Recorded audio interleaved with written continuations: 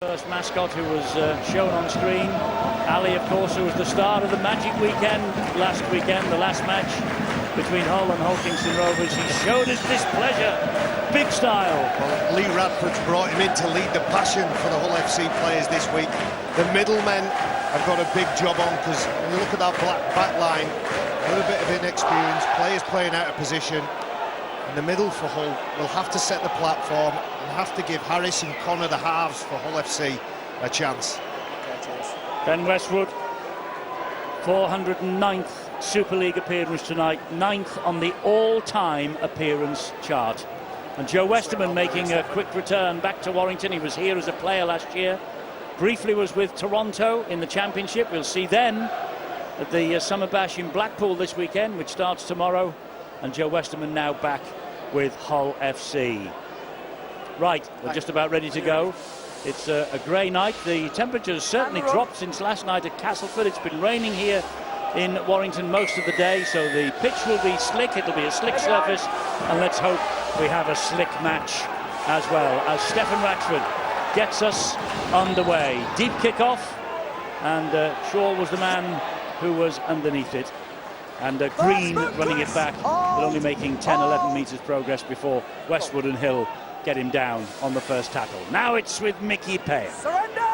Said it last week, Eddie, I'll say it again. There's a lot of responsibility on the middlemen for this Hull side. They really did lead the way last week. I thought this man was very good. Every time he carries the ball, he's difficult to handle. The man behind dummy half, Danny Houghton, a lot of things come off him, not just in defence, but in attack also. Mark Minicello was the man that Terry was talking about, who played the ball there in the last tackle. He's spoken this week of carrying on next year. He's 37 years young. In January is Mark Minicello. There is Jake Connor.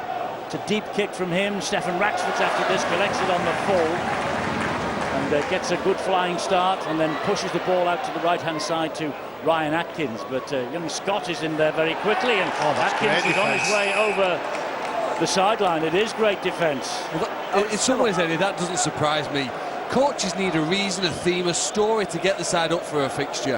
And I think the absence of the 9 players that you've mentioned, and the fact that we've got some youngsters on their show, adds the extra motivation. There's an underdog challenge here now. Can they rise to the occasion, Hull, and win? And that tackle there, that's typified. When you see an upset in a match of rugby league, you tend to see occasions like that, where the underdog finds something extra in defence and takes the more fancied favourite over the sideline to gain possession. That's what Hull need to do, almost for 80 minutes. Play with that mentality. And Cameron Scott, the 18-year-old who helped and laid weight into that tackle, he packs down in the second row. And this is a great chance for Hull here. This is Jack Logan now, down the right-hand side. And Jamie Shaw in quickly at dummy half. Into centre field it goes via Connor to Mickey Payer again. And he's backing his way to the 10-metre line before Chris Hill and Darrell Clark pull him down. Houghton now, and Connor. And he jink his way inside Libet, Ratchford and company. Clark working hard from marker. Houghton 5 metres away from the line, gets the ball into centre field. That was Westerman, and Westerman's first touch of the evening. He got the ball away to Chris Green. Houghton dummy half again. Harris turns it back inside. Westerman once more. Warrington very alert to the danger that Westerman will pose. Lee Radford, the Hull coach, watching this raid develop. And here's a crossfield kick here, looking for the big man. It's palmed back into the field of play, and then it's knocked on by Logan. And Warrington have got the ball back.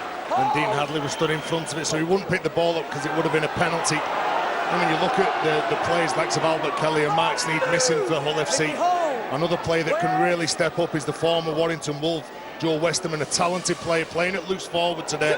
He'll be taking on a leadership role in this game. Here goes Darrell Clark now, gets the ball away to Harvey Libet. It's been a big week this for Harvey Libet. 6 tries in his last 4 appearances and a new contract as well. He's at Warrington until the end of 2020. Roberts then finds Ratchford. Ratchford finds Atkins. Atkins gets it wide to Josh Charnley. He comes in, and it's Scott there again to bring him down. Just shy of the halfway line. Charnley and Warrington on tackle number 4. 2 left this set, as Ben Murdoch-Masilla will trundle it downfield. Playing a prop forward tonight is Ben Murdoch-Masilla. Certainly has the size and the weight to play there and operate effectively. Now it's with Kevin Brown. They're running it on the last here. This is Levett. Levett eventually puts boot to ball, but it's far too long. And that will be a 7-tackle restart for the Black and Whites. Steve Price won't be happy with that kick. Well, just too much weight on it from Levett. Wasn't he outstanding a couple of weeks ago when they played against Leeds? Phenomenal talent, the youngster, involved in this tackle here, and a dominant play as well.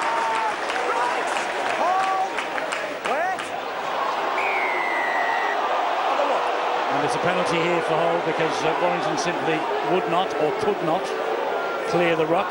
Well, Maludi at the end of the game last week, he was involved in a little fracas with Chris Atkin. I don't know whether he has a little tug at the ankle, Harvey Levett there. Harvey Levett was probably in too long and the referee didn't like the look of it. He's certainly a player, Maludi, who runs hard. He demands players to get their bodies in front, shoulders in. Chris, wait! Here's Houghton now. Nicky Payer seeing plenty of the ball early on here as he again takes it down the middle with Hill and Westwood and company. With a bit of help from Mitch Brown to get him to the floor. It's Houghton now to the left-hand side and Green again. Third move, Darryl! Wounded Hull with all these injuries, but nothing worse than a wounded animal. Westerman gets the ball away to Connor. Connor then finds Dean Hadley. And Hadley really caught two for his corner then. One from Murdoch-Masila, then one from Ben Westwood. Heavy challenge. This gets the pass away. Short.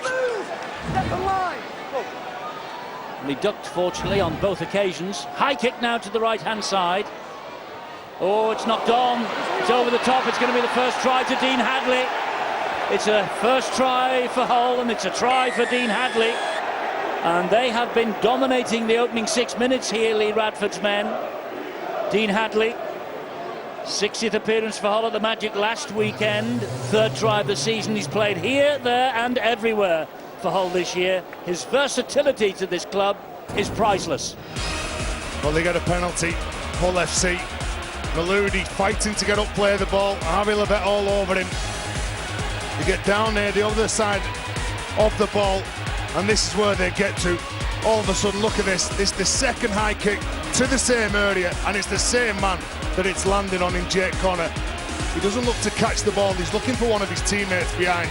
He does exactly the same, spots the ball going up, puts pressure on line, and a good ball from Manu. What about the bravery of Dean Hadley? We commented about the contact from Ben Murdoch-Masila. Maybe 2 tackles previous to that. Instead of going down, playing for a penalty, milking a penalty, he plays his ball, gets back into position and gets ready and collects a try for his side. Well done, that man. Here now is Jake Connor to add the extras, and Jake Connor obliges. And Hull FC lead here at Warrington by 6 points to 0. We've had 7 minutes on the watch. Well, the conversion's excellent, but the kick before that to set up the try is even better. There's Liam Harris, the youngster started out his career. He's landed it in exactly the place that the whole team needed that ball to come down. We've commented on the kick, on the quality of Jake Connor to contest for the ball and the skill afterwards. But you can't overestimate the importance of kicking in rugby league at the end of sets. Coaches who lose matches often say the end of our sets wasn't good enough. That was a perfect kick that's given his side the first 6 points. So 6-0 to Hull FC, and I can tell you that the social media tonight has been quite busy. Sir Peter Leach, an iconic figure in New Zealand Rugby League, aka the Mad Butcher in New Zealand. He says good morning to everyone in the UK from down there. Well, Peter, it's coming up to 8 o'clock at night here, but I know what you mean. And of course Hull, they've always had strong New Zealand connections, the likes of Luluai, Campbell, O'Hara, Arcoy in the 80s. Peter will remember them, and we remember you, Peter, as well. Good day to you, Sir Peter Leach in New Zealand, enjoying this with us on Sky Sport tonight. Great fun we've had with him when we've been down there. Character. Well, let's hope he's coming over for the Test series at the end of the year. I wonder if he's going to Denver. Maybe Before so. then. He's a much-travelled man, isn't he? Been a great supporter of rugby league in that country.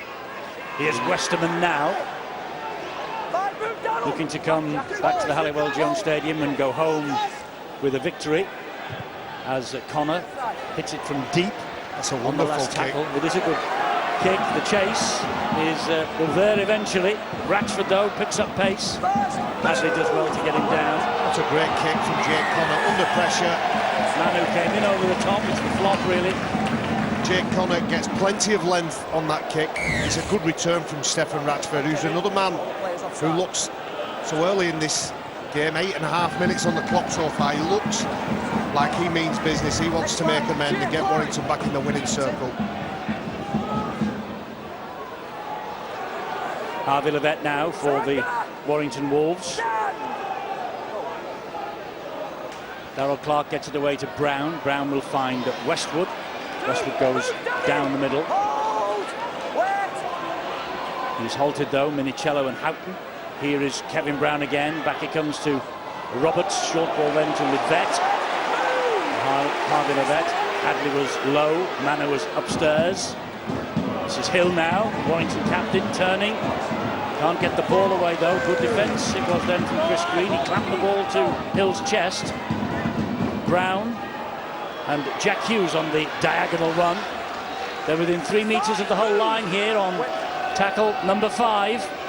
Expect a kick through maybe, or maybe not. Wasn't the best pass from Tyrone Roberts.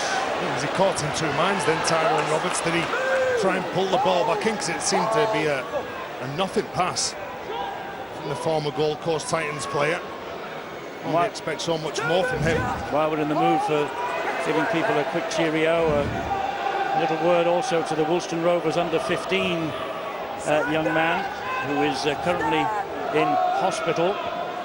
He had a bad leg break, and the treatment that he's receiving has made him a little bit poorly at the moment. It's 15-year-old Callum Stone, so he's watching tonight from his hospital bed at the Alderhay Hospital in Liverpool. And Callum, I hope your team get back on the horse here quickly for you. They're trailing by 6 points to 0.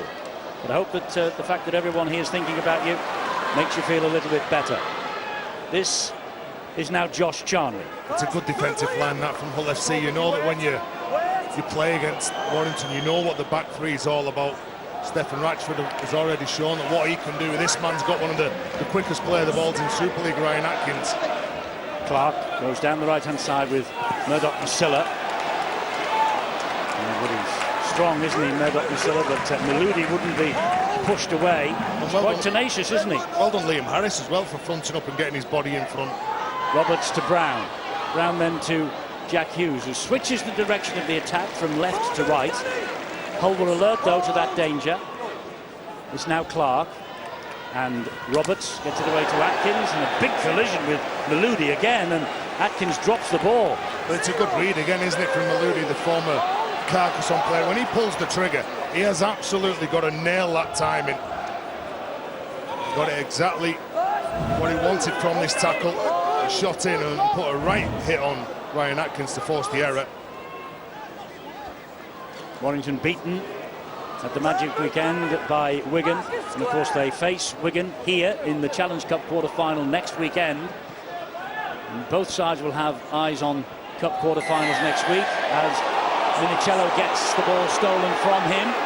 Ben Westwood disagrees with the decision. I think Darrell Clark does as well, but it's a penalty to Hull. Sorry, Eddie, it looked like he was trying to offload that ball to me. There's definitely a hand from Darrell Clark, but he was trying to pull it away from his body. The referee probably got it right on that occasion. Hull, of course, the holders of the Challenge Cup for the last 2 years. They face St Helens. Daunting prospects for both of these clubs in the Cup next weekend. Well, that's next weekend. This weekend, and Hull's focus has been pretty impressive for 12 minutes now. I think it's a great start. They've controlled Warrington to prevent quick play of the balls, and they're in their opponent's 20-metre zone here now, looking for a second try. Houghton to the left-hand side. He finds Harris. Harris gets the pass away again. Arms all over him as young Scott gets to his feet. It's Payer. Up the middle he goes, met by a stern challenge from Hill, helped out by Westwood. Houghton looks for the runners. Westerman it is. This is Manu. A good job that Levett got to him because he was picking up a head of steam then, but he's only a metre away. Houghton, and they're in for a second try here. And is that Nicky Payer? Nicky Payer's over the line for a second try right underneath the sticks. And the travelling Hull support delighted with what they're seeing here, and I'm sure that Lee Radford must be as well. Mickey Paya back in the starting lineup, substitute in the last 4. His second try of the season for the Tongan international. He's made a powerful start personally, and so has his team. Well, here's the penalty. Darrell Clark has a little tug at that ball.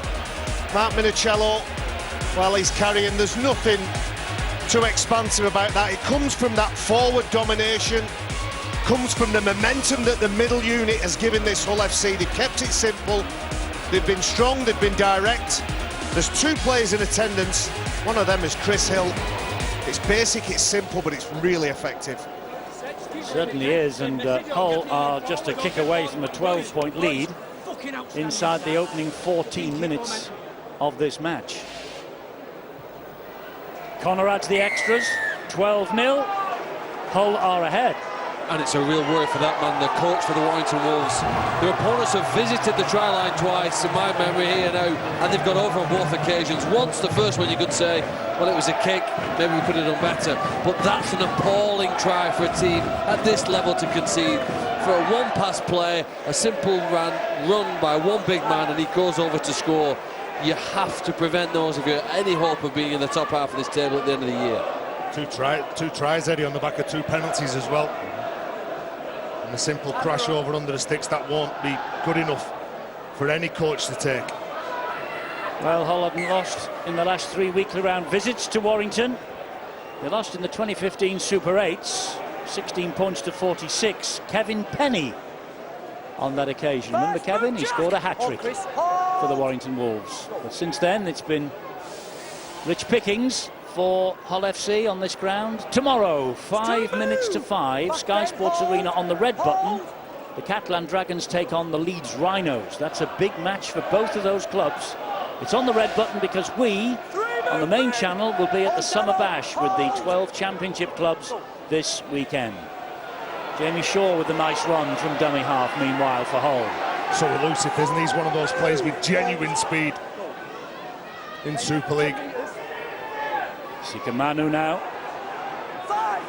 for the black and whites, over halfway. 5th tackle though, so the kick here from Connor goes high in the air. Ratchford is underneath it, and he's pretty safe under the high ball, is Stefan Ratchford. This is what they want to do, though. Look how they've controlled. If he gets a quick play of the ball, Warrington's success, even going back years with Tony Smith, was a quick play of the ball and somebody running quickly downfield. Look at the effort that Hull are putting in here to make sure they've got 2, 3, 4 bodies in some of these tackles. It might not continue forever because that's a hard thing to do for 80 minutes, and there's the first occasion now you see a quick play of the ball, and that's what Warrington need. And Darrell Clark got the ball away, but it is swooped on by Scott, and he hacks the ball forward side-footed. Now how quick is he? Because Tyrone Roberts is quick, and a good job that he is as well, but they will get the repeat set. Cameron Scott, 18 years of age. Good effort from Hull FC as a team, getting up. The minute the line was broken, Darrell Clark was out, the red lights were flashing, and that's just great effort from the young centre. I like the effort from this man.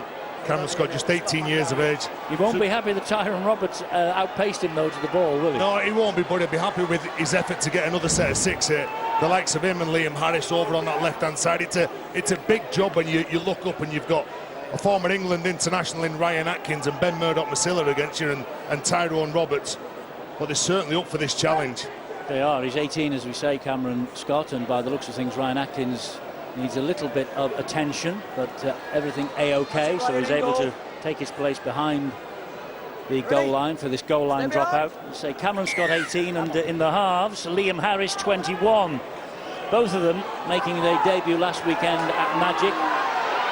And, well, impressive enough that they have retained their spots here today. I mean, people will say that Lee Radford's got no option because of the injury crisis, but you've got to be good enough. You really have got to be good enough to play. Well, the Warrington fans thought that ball was knocked forward.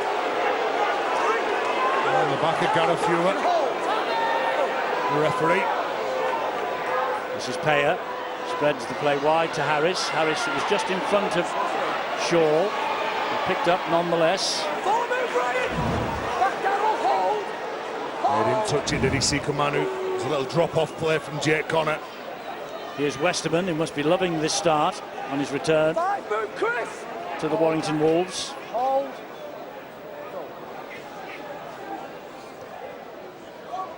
Now a high kick to the corner, sorted out by Charnley. Oh, wow. Well, What kind of technique is that?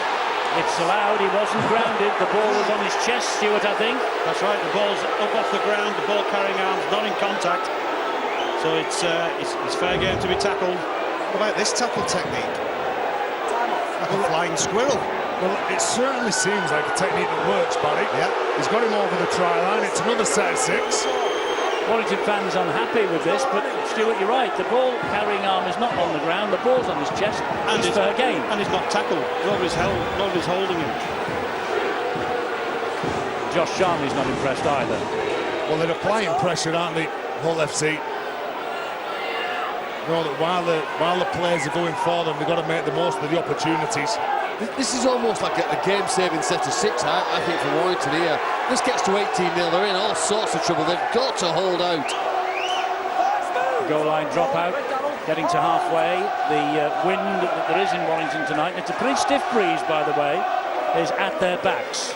Salford a 4-0 upper against Huddersfield. The new Huddersfield coach Simon Woolford in the stands, we understand, at the AJ Bell Stadium, and Salford ahead by 4 points to 0. Both sides desperate for the win. Minicello loses the ball,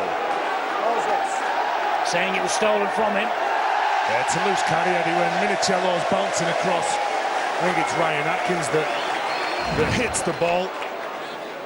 He jams in. Yeah, there is a hand involved in that play, but again, I think it's a loose carry. You're trying to hit him as a defender, hit him with absolutely everything. He does beat you, he gets on the outside. Looked a clear strip to me, Stuart. Well, the first contact's on the arm, and it's part of the initial contact of the tackle. I think to class that as a loose carry is correct. Cheers, Stuart. You're welcome. It seems an eternity since Warrington have had this ball as we take another look at the replay. According to our stats, it will be the 7th occasion that Warrington have had the ball. They've only completed 2 sets, running at 33%. Nowhere near enough, too much defending, too much time coming away from their own line. At some point, that balance will change. The seesaw will tip, and they'll get a bit of position and a bit of possession.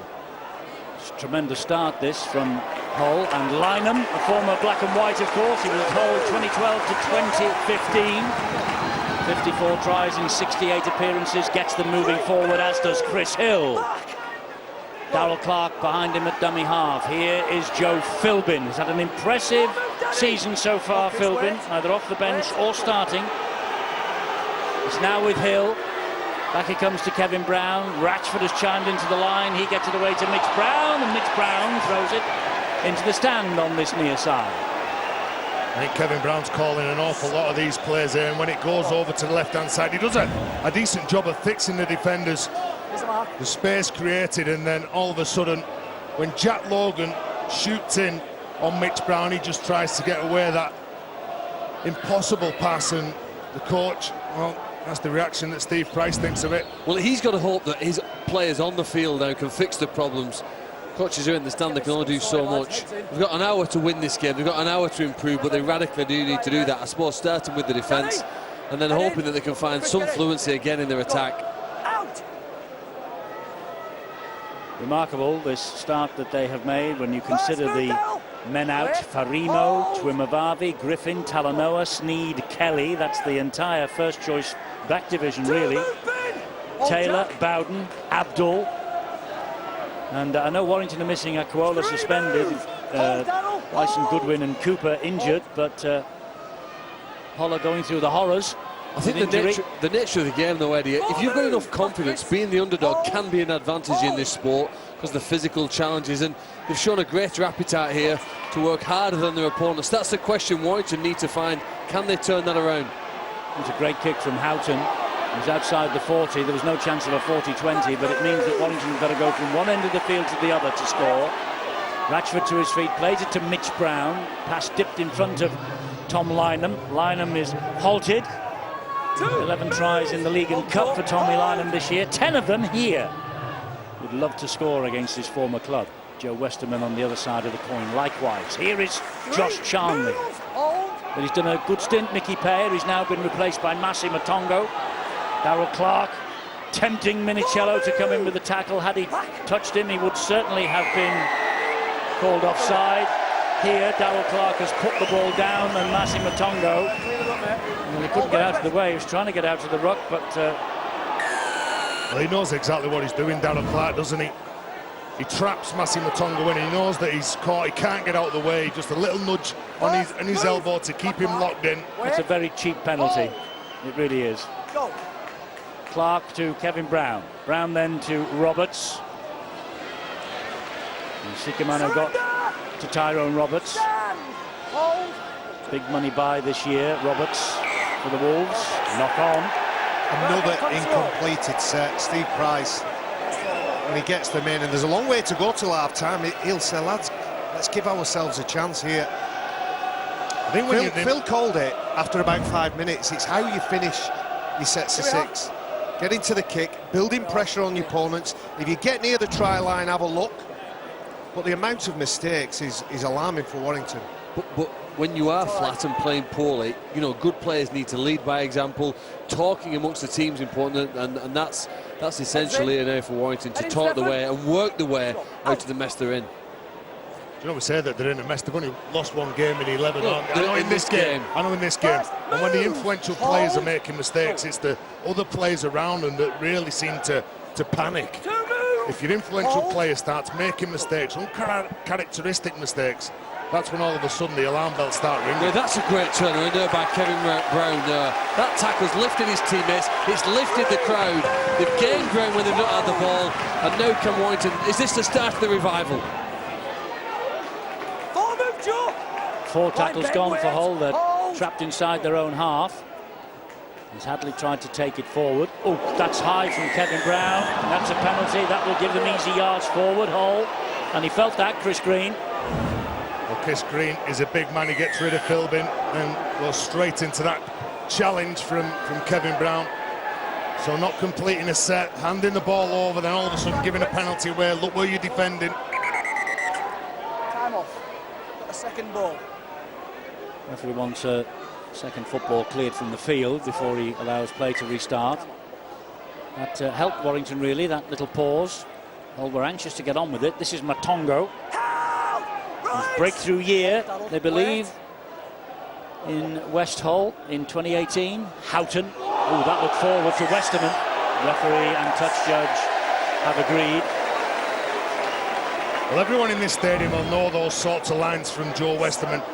You can see that he goes at the line, he attracts Chris Hill, slips that ball, and Joe Westerman comes back on a hard line against the grain, but unfortunately just forward. Couldn't resist it, Danny Houghton. Had it been flat or back, Warrington would have more trouble then. Great competitor, isn't he, Danny Houghton? Joe! Tackler supreme. Warrington fans will remember his tackle at the Wembley Cup final 2016 on Ben Curry.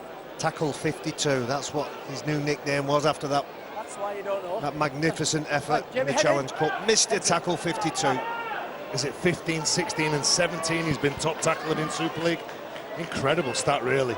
And it's not just about his defence. I think he's really improved attacking-wise as well. He's very creative. Yeah. Lynham doesn't make much progress forward. Have Warrington got a creative player ready? That's the question we're asking here now. We watch for a quarter. They can carry the ball, they can make ground, but they're not making that many breaks. We've got 2 of the best 9s in the game on show here. Darryl Clark, we've only seen him jump out and break the line once. He's waiting for that quick play of the ball. Well, that's just gaining ground though, isn't it? Making breaks is what counts in this game. Widnes leading narrowly against Wakefield. Wigan leading narrowly at Hull Kingston Rovers. Hull leading 12-0 here. Goal line dropout coming up though that Warrington have forced. Well done, Jack Logan, another one of the young players, just 22 years of age. Look, he puts his hands up, he tells all the teammates around him that it's his ball.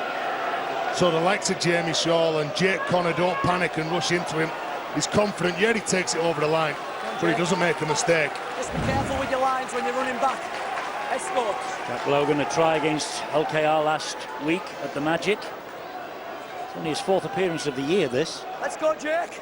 They really are Stay on. desperate times for Hull in terms of player personnel. Oh, that's a low kick.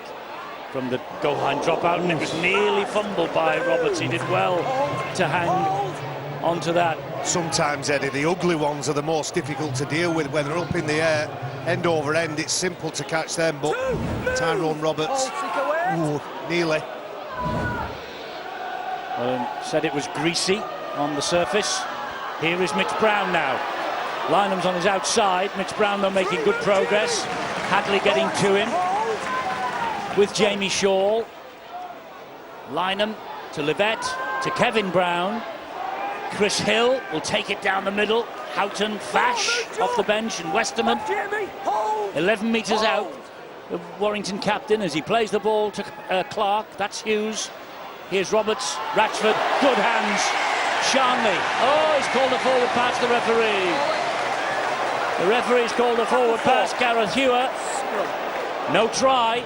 Well, they thought that they had them then for numbers. There was just 4 men outside the far post, and the ball thrown by Stephen Ratchford. He has got vision. That man, unfortunately, can see the pressure from young Scott. Forces that ball forward. Would that be the touch judge that made that decision? Yeah, the touch judge was very strong on that. He was stationary.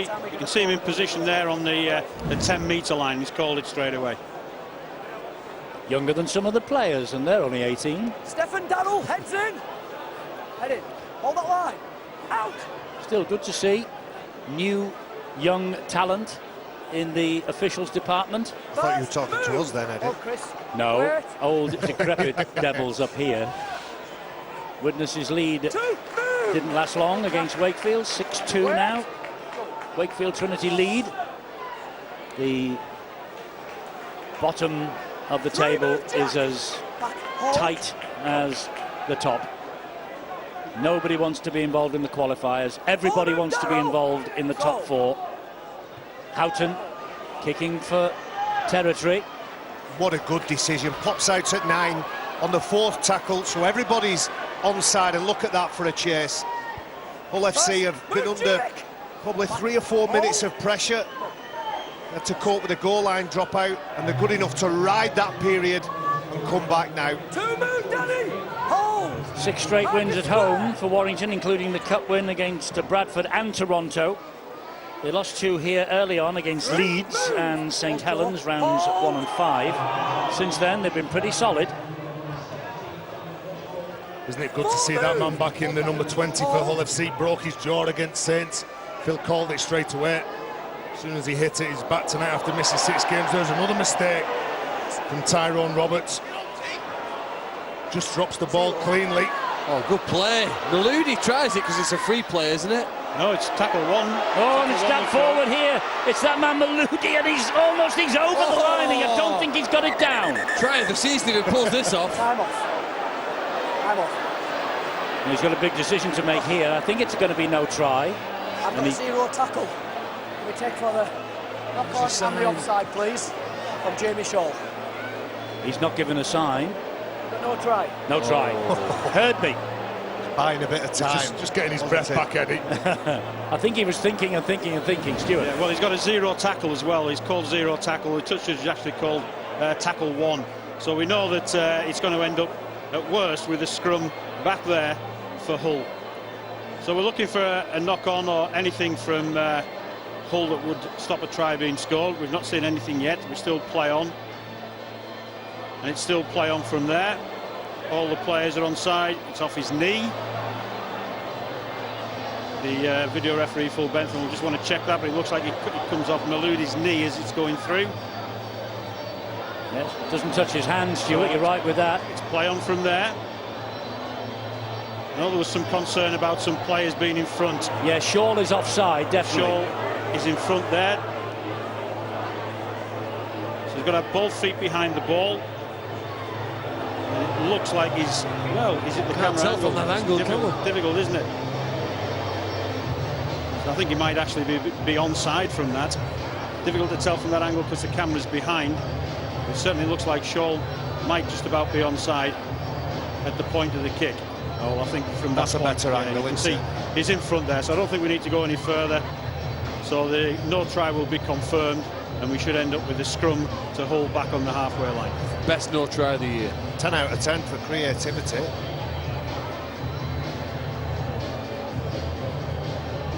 So it was called as a zero tackle. Called as a zero It'll tackle. go back and Hull will get the possession. We know it's no try. Gareth Hewitt eventually gave that as the on-field decision. It's been confirmed by Phil Bentham. Just wait till they take the ball back to the scrum at the other end of the field. No try. Well, he's raw Maludi, isn't he? He? You like to see teams just throw the ball, throw caution to the wind. Didn't need to look any further than that, though. The moment that Shaw was caught offside, we go back to the scrum. Is that his French nature then? Do we not have players? Do you think culturally are we different? Is that you wouldn't see that perhaps with a younger British player?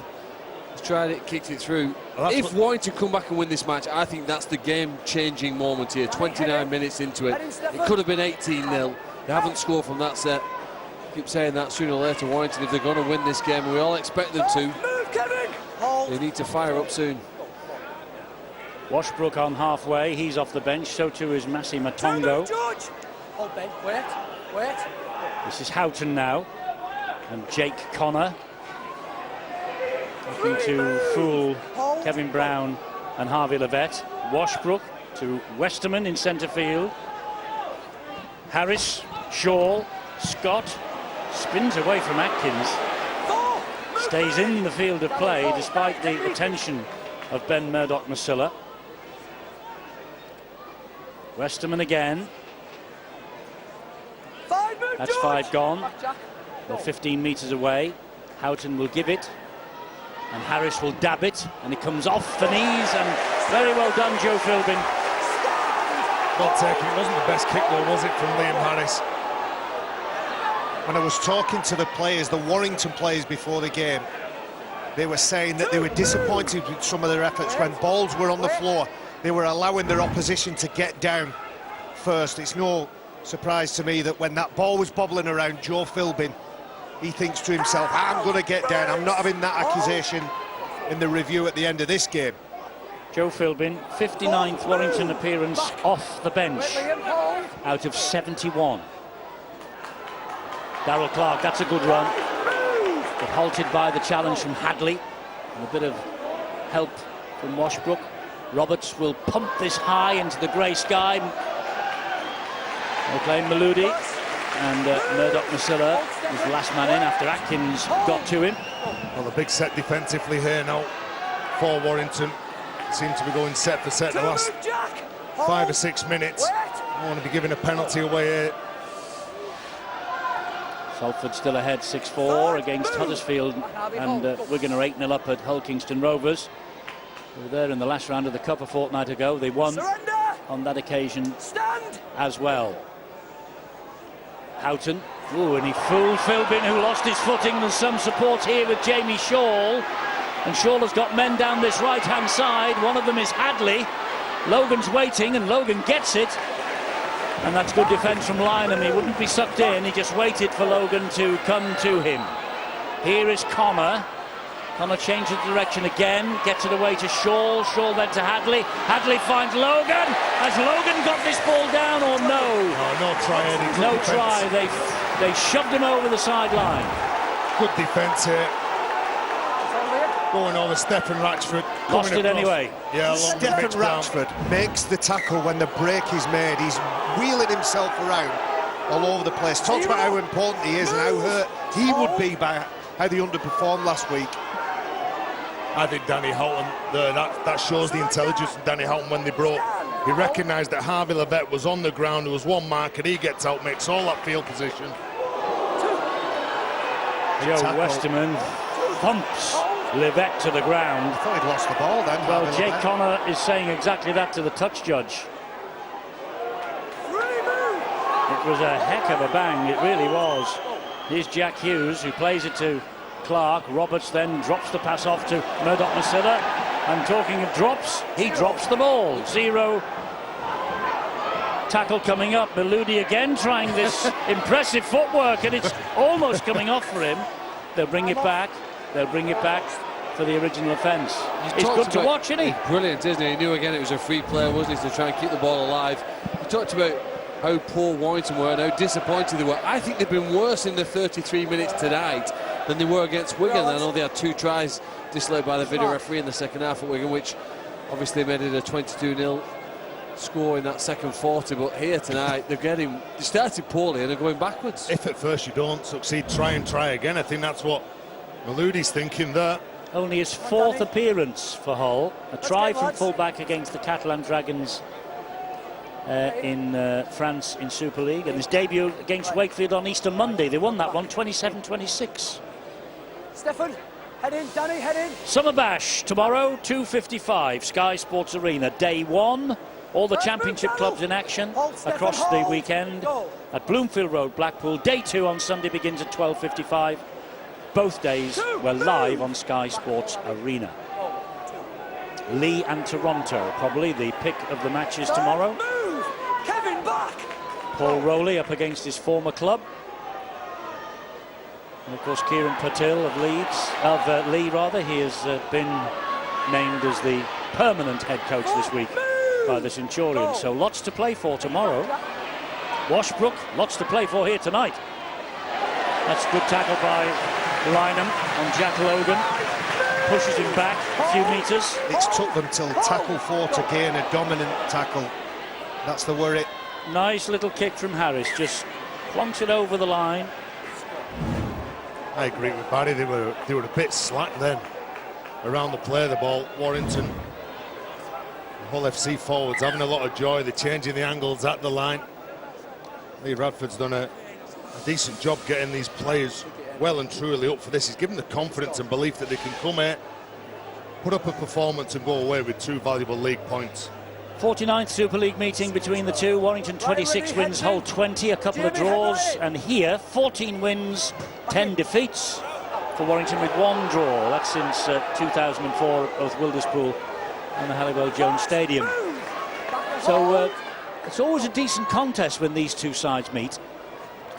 Well, am I right in saying, have you mentioned last year that comeback performance from Warrington were down, weren't they? And that was the start of the revival of anything really, when they started the year so poorly. They can come back from behind and score some points, but they need to start pretty soon.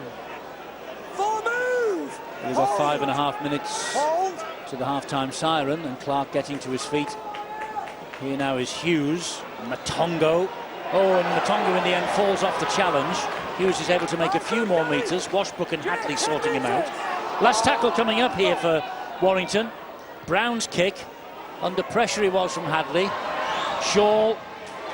And as soon as he pouched that, Ratchford pouched him. Well, good pressure, wasn't it, from Hadley on Kevin Brown, but the experienced half still manages to get this kick away. Stephen Ratchford staying on side, not giving a penalty away. And he actually checked his run as well. He was going at pace, slowed himself down in order not to give a penalty away. Here's your man again, Meludi. Washbrook gets the ball away. And Westerman. The play to Houghton. Connor with the kick. Angled and across the face of play, but it's a nice bounce in the end for Charnley. And Charnley's return to rugby league, he's played like a house on fire, he really has, but he's halted there. Minicello saw to it that he wasn't going any further with Cameron Scott. Atkins now. Good to do a job on Ryan Atkins. That's a good defensive play and win from Brad Fash. This is what Warrington, and this is when they are dangerous, when the forwards start passing the ball, the little short plays between each other. Brown off the outside of the boot into space for Lynham to chase, but Shaw is pretty quick. Shaw gets to it, but Lynham grounds him in goal. Goal line drop out on the way. Kicking on the third play, then recognising that space. It's the main objective as a kicker. Kevin Brown, knowing exactly where Tom Lynham is. Delicate kick, the correct weight. Another set of 6. With Cashew back a couple of weeks, Warrington were poor in the first half of the Challenge Cup match here against Toronto. But they did come back in the dying stage of this first 40 and then blew their opponents away in the second. They've got the potential to do that. They have got the potential, but the crowd are trying their best to bring some life, breathe some life into the team. Just not been an attacking threat from the scrum half, the standoff. I know Stephen Ratchford's thrown that pass, which was adjudged to go forward. That was the only chance they've had really of scoring so far. Maybe Warrington will be hoping that lightning strikes twice. There will be 3 yellows and 2 reds, or a red card for Hull in the second half, because Toronto, they didn't give a good account of themselves that day. They lost their heads. But they are certainly dangerous, particularly when Ratchford is in charge of the football. Livett. Here it comes to Kevin Brown. That's Chris Hill. Now it's with Clark. Clark then finds Masilla. He's difficult to stop. Is Big Ben Murdoch Masilla. He gets over the line, but there are numbers there. Half a dozen black and white jerseys. 6 players. Like a magnet. Hold the line. Hold. Oh, he's a big thing, isn't he, Ben Murdoch Masilla? Big human being, there's no doubt about that. Here is Roberts. Now it's Brown. Brown then to Ratchford. Ratchford goes wide. Lynham. Well, he flung the ball back inside. Brown, Mitch Brown that was, couldn't get to it. Well, The ball is just booted out. There's 2 good players there. The recognition from Warrington to attack, knowing that Ben Murdoch Masilla had attracted 6 players, then there's going to be some space if they shift the ball from one side of the field to the other. But you've got to credit the defence here from young Jack Logan. It seemed to be a knock on. In fact, his foot in touch, actually. There's no doubt it's great defence and great commitment. Warrington, very lateral. You feel if at some point one of those players who's taking the ball forward, passing it on to another, just straightens the angle, straightens the point of attack up a little bit, it'll prevent Hull FC from just shuffling and sliding out to take care of the threat. I think they'll be putting all the hair dryers away in the Warrington Wolves dressing room, because I think Stephen Price will have something to say. I'm sure he will, and Barry mentioned it before about completion rates and saying that how well that Hull were respecting the ball, and Steve Price knows that if his side complete high, well, they've got a good chance against any team in the competition, but at the minute our stats are saying that they're completing at 41%. You've got to complete 75, 80%. And when a team turns up and they play it at home, and Chris Hill here has got a problem saying that he's been bit, I think, by Maludi.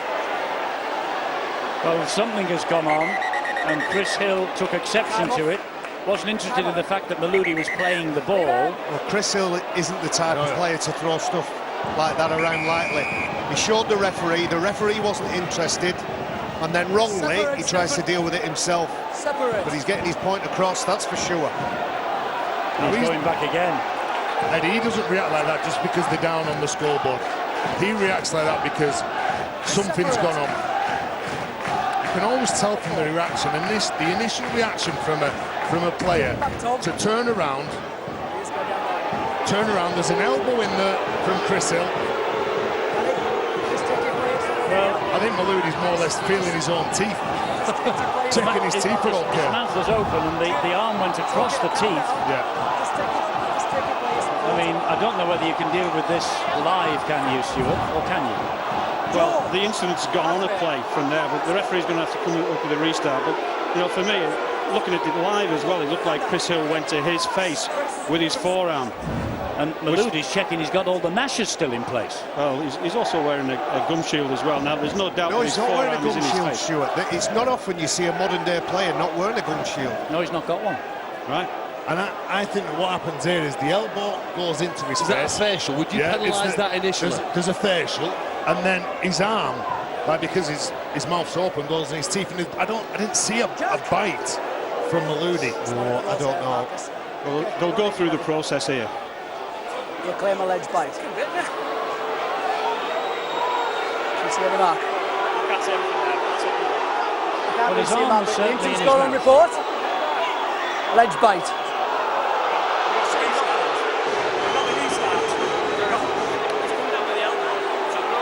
I don't need you, Ellie. Just take it back. He's got a problem here, Gareth Ewer, because it is still going on. And Chris Hill is wagging a finger. That's what Warrington needed.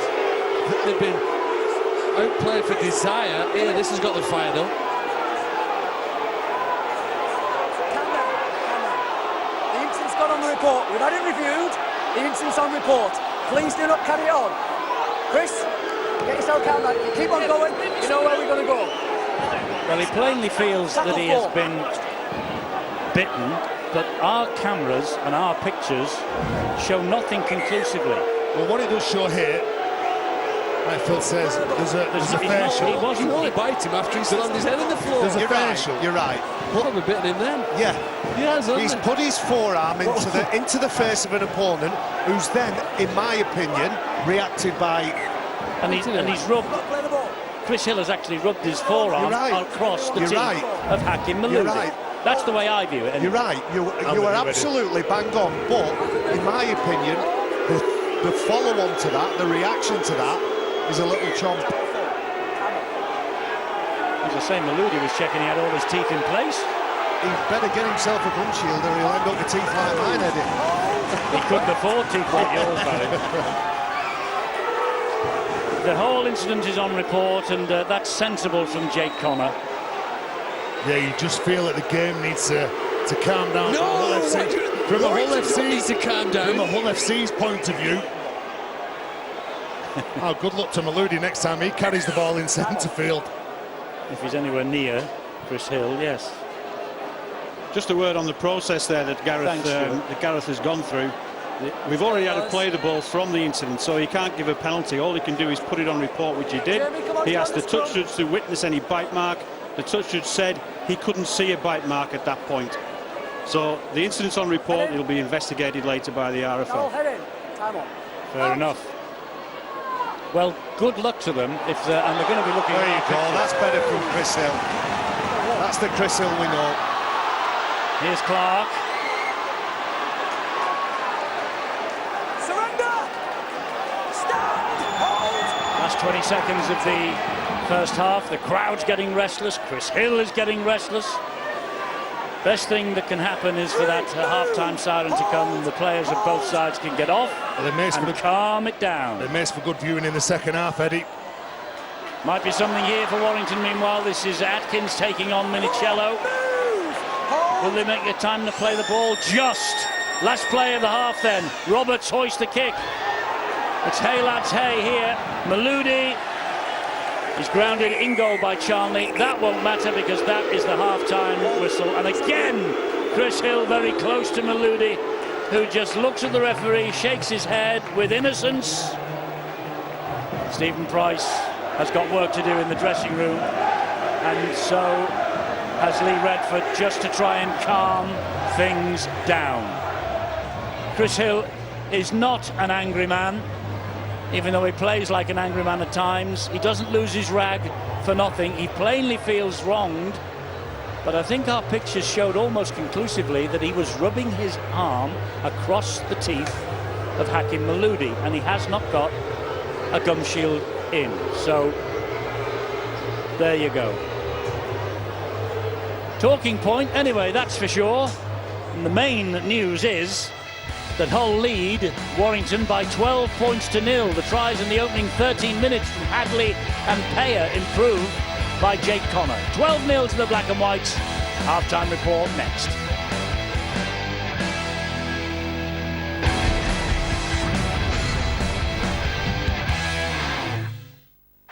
Brown misses him.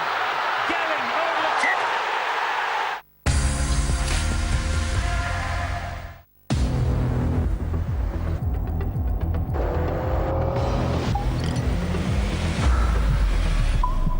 When you have the right technologies, you will always find a way. The award-winning Micra, the tech-advanced small car by Nissan. The Nissan Micra Ascenta is now available from £149 per month at 0% APR representative. Search Nissan Micra or visit your local dealer to find out more. With the best odds on the Champions League, you get more with Betfair.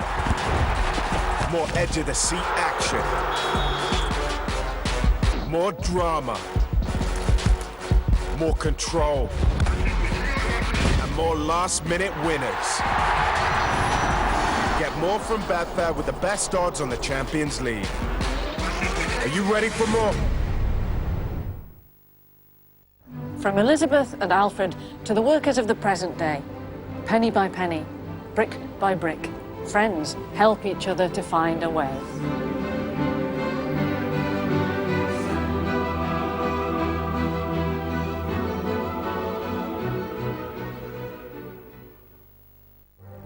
In Compton, you join a gang, or you find another way to survive. My horse was headed to the slaughterhouse when I got her. I think maybe, did I save the horse, or did the horse save me? Guinness, some are made of more. Max, he's so cute, but he's also hungry. Luckily, with the new BP Me app, you can pay for fuel from your car. And keep an eye on Max. I can see you. At all times. Sorry, Max. Good boy. BP Me. Download it now. If it looks like this one... Get ready for carnage! Sounds like this one. Whoops. After you, man. Thanks. And makes you feel like this one. Ready to do this? 1, 2, 3! Then it's got to be this one. I could get used to this. All the good stuff on Sky One.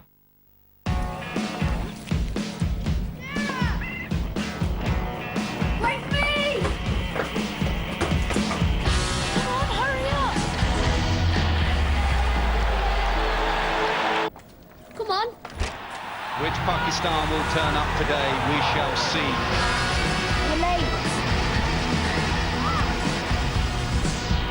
What a moment. This summer, see England take on Pakistan, Australia and India live on Sky Sports Cricket. We're all set for the first ball.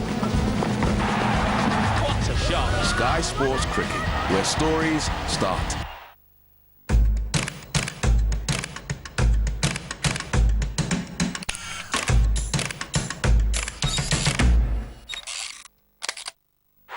That was an absolute wicked kick, that.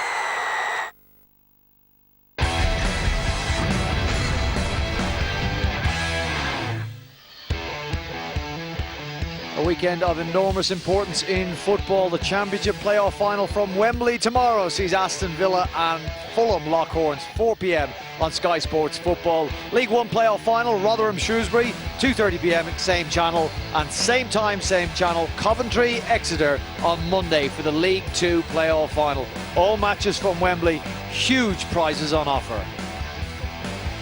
We're at the Halliwell Jones Stadium where 2 Betfred Super League competition points are on offer, and the favourites going into this match, the Warrington Wolves, the home side, trail 12-0 at half-time against a very impressive, very young, very keen and very eager Hull FC team.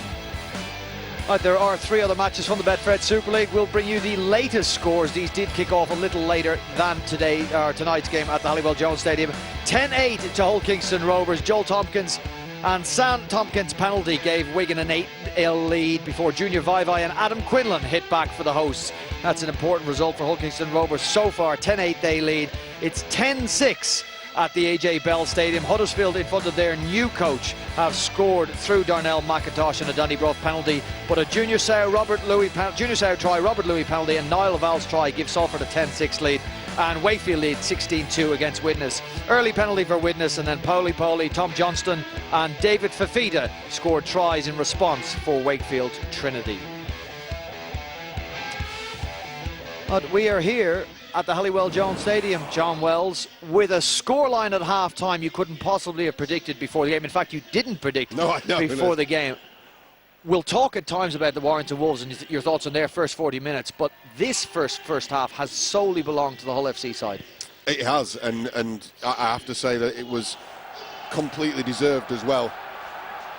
The first try came from the kick of the boot of Liam Harris, spilled by Tom Lynham. We've seen that combination before a few times, haven't we? Jake Connor to Sika Man. We'll have a closer look at that in a minute. And then came Mickey Paye's try on 13 minutes, 12-0. Warrington bombed their best chance. Touch judge very, very clear. Made a very early call that was a forward pass to Josh Charnley. And it could have been worse, but for some last-ditch defence from Mitch Brown and Stephen Ratchford in the corner to deny Jack Logan. 12-0, I think, a fair reflection of the first half, but I think the more important thing to say, let's first of all acknowledge that the Warrington Wolves have been well below par, right? I'd like to put that to one side, because I want to focus on what I don't think anybody expected, and that was the level of performance and enthusiasm, I'd say, from Hull FC. Yeah, they've taken all those senior players out of the Hull FC side through injuries. You thought they may be exposed by Warrington. Not a bit of it. when players are interviewed before the game, people say to them, what's going to be important tonight? You always hear, we need to have a good kicking game. We have evidence today, you've found some clips to show what a good kicking game looks like. Hull FC executed it brilliantly. I think it paints a picture. We're not going to stop and analyse this too much, other than to say in the back of all these kicks is a really good chase. And even when there's ground made up by Ratchford, who's a great fullback, there's some enthusiasm on that left flank there, and then a good reaction to a ball out. This has happened time and time again during this first half.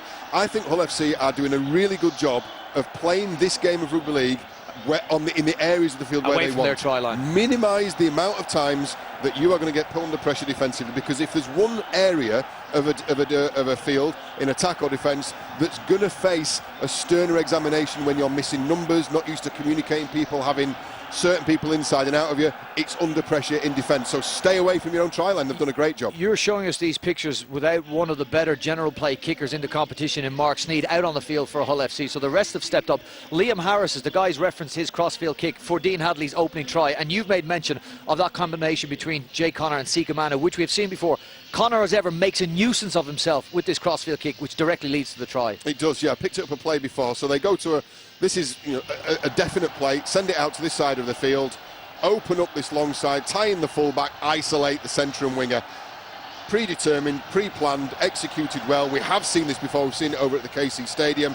Good leap from Jake Connor. We've seen that. I think I like that from Sika Manu. He's a more intelligent back row than perhaps he gives us evidence for on a week-to-week basis. But I think when it counts, he stands up there and gives us what we've deserved to see from Hull FC, which is real enthusiasm. Right, all the plaudits go to Hull FC. You said you didn't want to talk about Warrington, but I'm sorry. June is on the way. Big games are on the way. Round 23 is on the way. The Hull FC, or the Warrington fans, I should say, the Warrington coach, Steve Price, will not find that acceptable. That first 40 minutes, where's that come from? Well, I'll tell you where it's come from.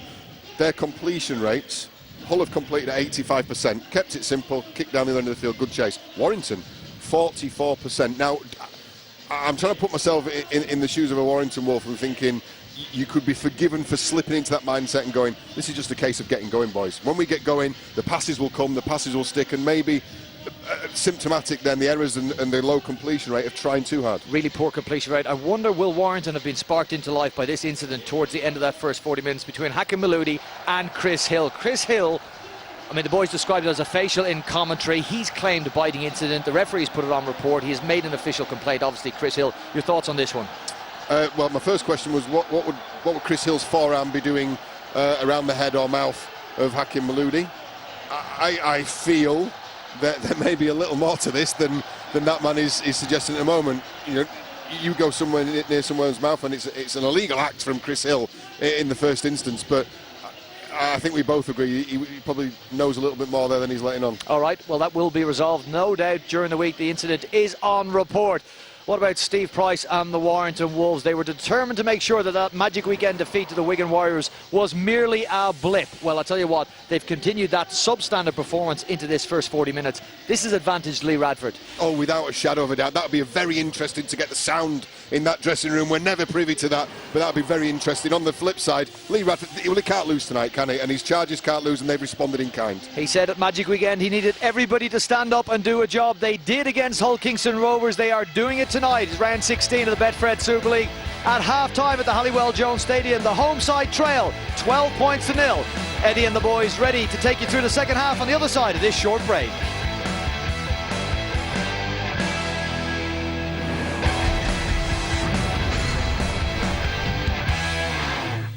Big chase on him, Luke Gay with a drop goal! He has kicked it!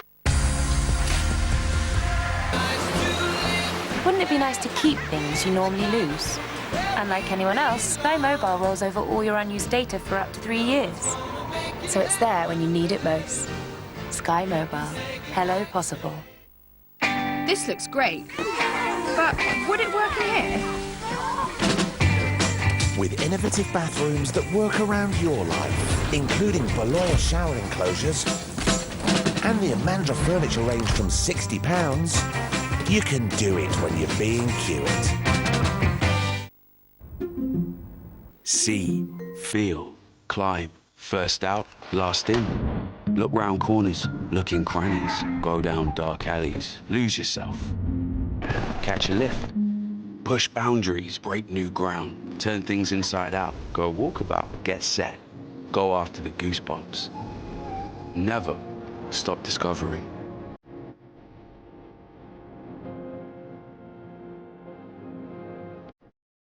Save up to 60% in the Dreams Bank Holiday price drop, and there's free delivery. But hurry, the Dreams price drop ends Monday. That's what dreams are made of.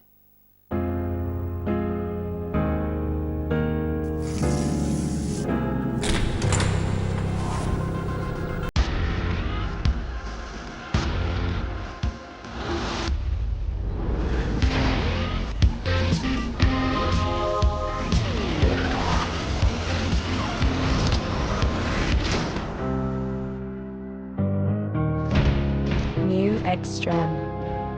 Indulge your curiosity. Can Rob Cross lead England to a 5th World Cup of Darts in Frankfurt? Starts Thursday, live on Sky Sports Action.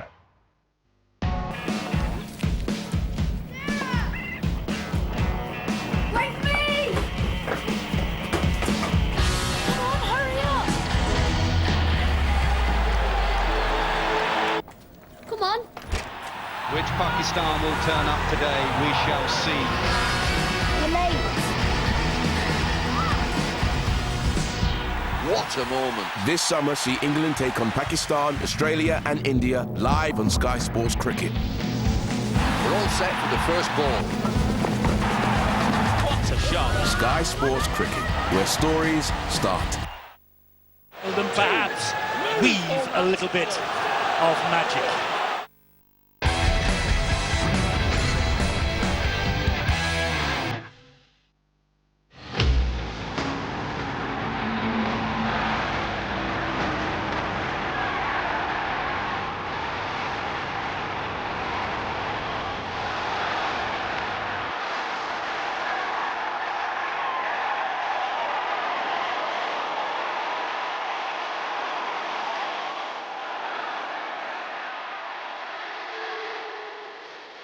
Well, if you like your rugby league rough, tough and in the raw, these are the dates to see the State of Origin Series 2018.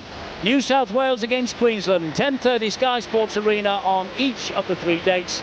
Wednesday, June the 6th, Sunday, June the 24th and Wednesday, July the 11th. State of Origin 2018, back on Sky Sports. Teams are out for the start of the second half. Hull are ahead by 12 points to 0 in the traditional jerseys, the irregular black and white hoops, and Warrington, primrose and blue. Hull kick off, attacking from right to left with this 12-point lead to defend. I wonder what will have been said in the dressing room by Stephen Price. I mean, yes, Warrington are playing well, but yes, Hull are playing well.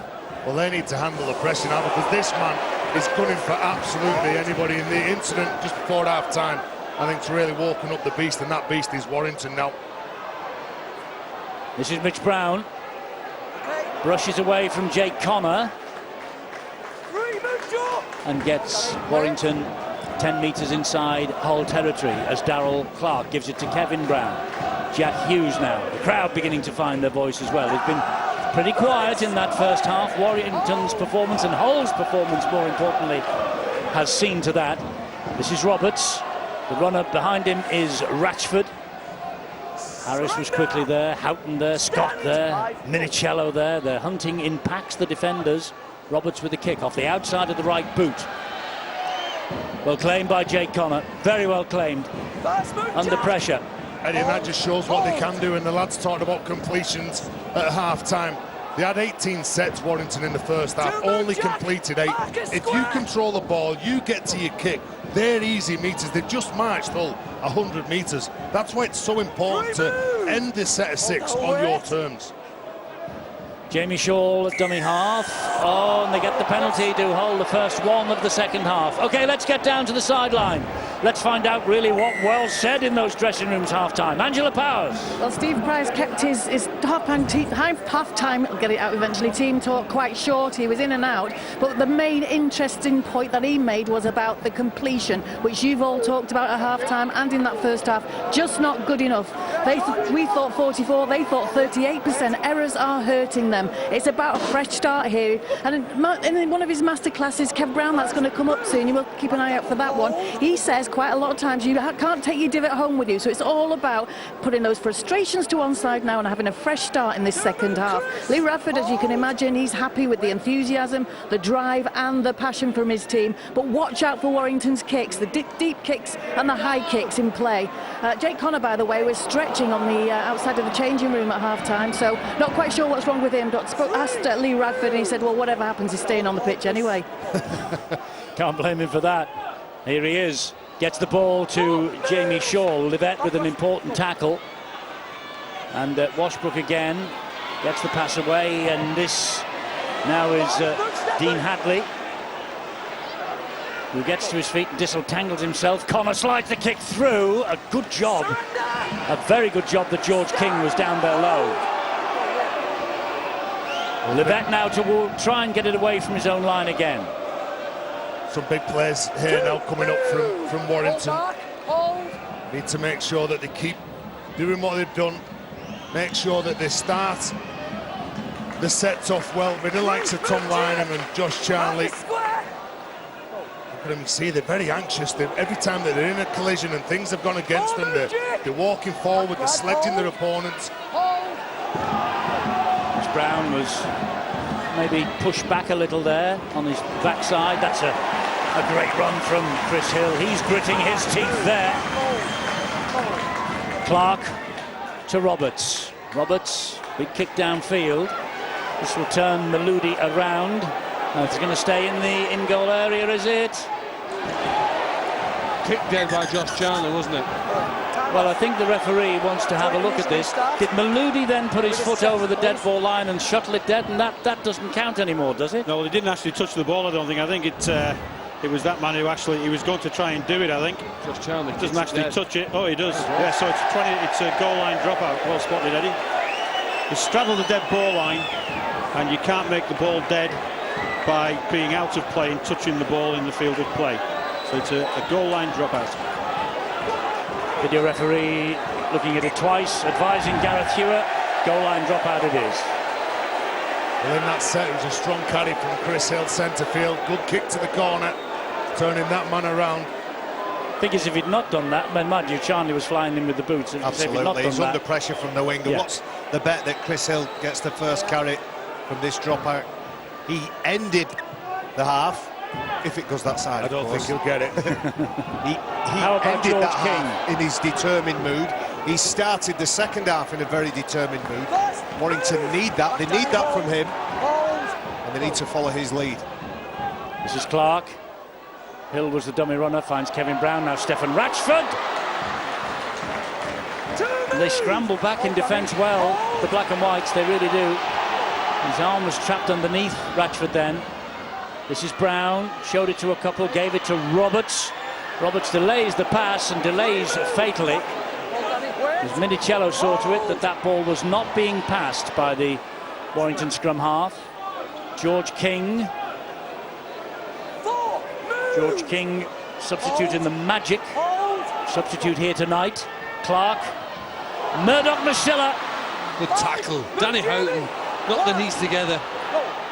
Clark fires the pass wide to Brown. Short ball. Livette!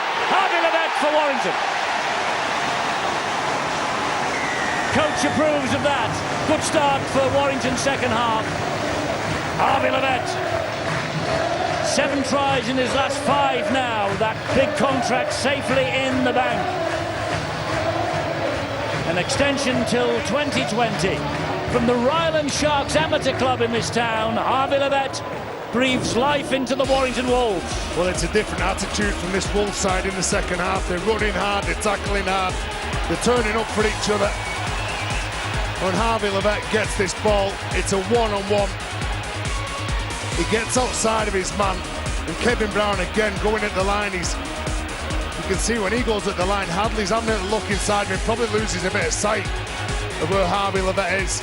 Just sat there in a pocket, can't stop him. Well, Kevin Brown, he has a player short, he has a player sweeping round the outside. That's the reason he finds on one-on-one, and Harvey Levett beats that player. He's now going to attempt to convert his own try, but the leadership set by Chris Hill, the smarts and intelligence of Kevin Brown, and the determination from the run of Harvey Levett. He kicked occasionally for them last season. They must think Eddie in practice he's their best hope of putting 2 more points on the board. And Stephen Ratchford is out there with 25 goals to his credit this year already. But Levett has found the mark. 6 to Harvey, 12 to Hull. Well, you mentioned the fact that he plays for a local club, the Ryland Sharks. In my opinion, one of the reasons why Warrington have never managed to win a grand final is because they've never had enough players from local clubs who they've been able to produce and develop. They've worked hard now for several years. His local amateur club's about a mile from this ground, and there are 1 or 2 other ones in this Warrington area that are starting to provide players for the first team. That surely ultimately has to be the aim of this club. They're going to supplement those with some overseas talent and ones from other areas, but they've relied on players from other clubs for too long, and it's great. I hope he's an inspiration to other young boys playing in the Warrington area who think Harvey Levett can do it, so can I. And at half-time, Eddie, we saw the Warrington club announce some of the players that they've signed from the scholarship. When we see the shot of Steve Price just over his right shoulder, there's Pete Riding, the head of youth development. They're putting a lot of work, a lot of time and a lot of effort. They're going to have to do the same tonight to get a result against Hull FC.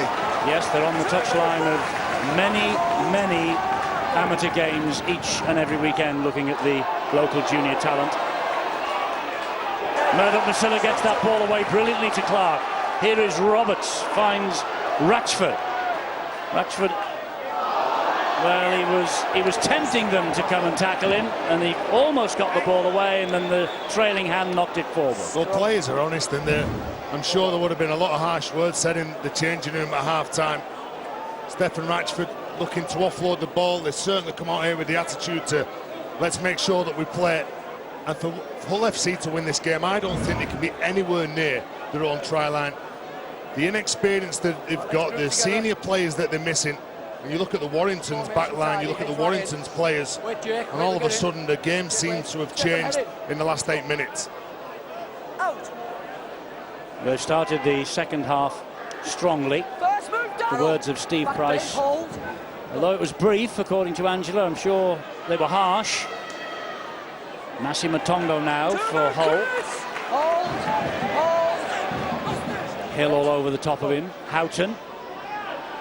And Mickey Payer carts them forward. Oh, and he's left Levett on the floor behind him, and Levett's in trouble. He was involved in a tackle. It's like he's taking an injury. Come out holding that arm. Well, a week to remember for Harvey Levett. I hope it's a night not to forget. Is it Chris Hill who maybe made contact with him, one of his own teammates perhaps? I don't know, maybe the arm twisted in there, but I think, you know what, he's probably only in the side because Ben Curry, a player who many of us have forgotten about, has fallen out injured obviously now for so long, and missing that left second row that they play him out wide on that side.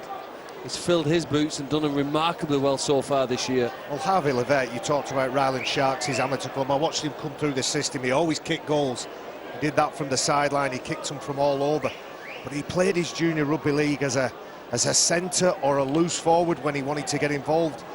He's played very rarely in the second row. We were talking before the match. He was saying he's loving it in the second row.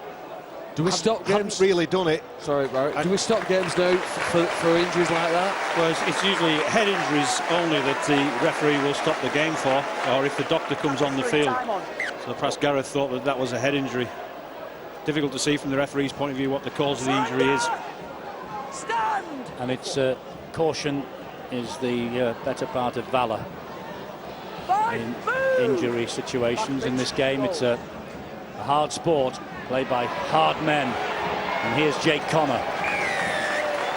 That's the turnover. I think he lost the count because of the stop in play. He was sending some traffic as well at Harvey Levett, just checking how his shoulder was, and he dropped that ball off, and then he lost the tackle count on the 5th play. to come away from that effort as well, and he looks okay, Harvey Levett. There's another problem down now. This is Jake Connor this time. Injured in the collision. And they won't want him off the field. As Lee Radford said at half-time, no matter what's wrong with him, he's staying out there. He's a creative player, isn't he? Ooh, nasty twist. That's awkward, isn't it? He's a creative player, but no doubt in the back of Lee Radford's mind, at the front is how important he is to the side. In the back of his mind, he's thinking, we literally haven't got any more bodies. No. And what he is as well, Jake Connor, I don't think a lot of people give him, like, he is mentally tough, but physically he's tough as well. He won't want to be leaving the pitch, and as you can see, getting back now on the defensive line, trying to run it off. Westwood doing what he's done all his professional career. Jack Hughes now. 200th career appearance, by the way, for Jack Hughes tonight. Chris Hill, Scott and Houghton with the tackle. They're only just over the halfway line here, Warrington. Clark, Roberts, trying to fool the defence. They stand firm, and they bring Roberts to the ground.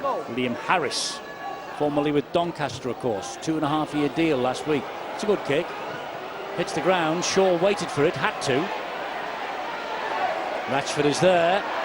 Shaw gets away from him, but can't get away from Roberts. That is a problem with Mark Minicello as well now. The Hull FC players are starting to feel it.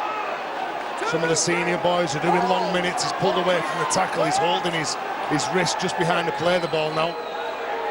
He'll receive some treat. In fact, I think he's been taken from the field, Mark Minicello.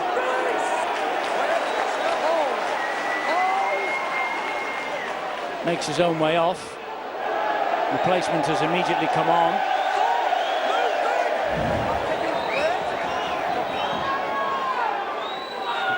Was it a bang in the head or his wrist? Whatever. Great kick by Danny Houghton there. Is it going to go too far? Or? Just touches the line, so 7 tackle restart for Warrington, but everyone at the moment is ahead of the ball, so Ratchford has to wait a bit. Josh Charnley now. The communication, that's what's needed now from Hull FC. Stay nice and tight. Quite easy. You know what you've got to do. You've got to restrict the yardage and restrict the offloads, and they can't do that. Look at the line, it seems to be all over the shop at the minute, Hull FC. 12 tries in 9 for Josh Charnley on his return to rugby league from Rugby Union. Atkins gets the ball away neatly to Roberts. He then finds Murdoch Masilla. Goes past Lane. Payer was there. For the second week in a row, Warrington have made that interchange. Brought number 15 on Declan Patton. Another attacker on the field now. Ratchford wide, he goes to Mitch Brown. Mitch Brown hits the ground. There is Patton, going to be involved for the first time since his arrival. Kevin Brown, Hughes, back he comes to Roberts. Murdoch Masilla, Atkins, Miludi got to him, just. Roberts 3 meters away, back it comes to Westwood. A stuttering run from Ben Westwood. Saw Clark there, wanted to get the pass away, unable to. Last one coming up for Warrington.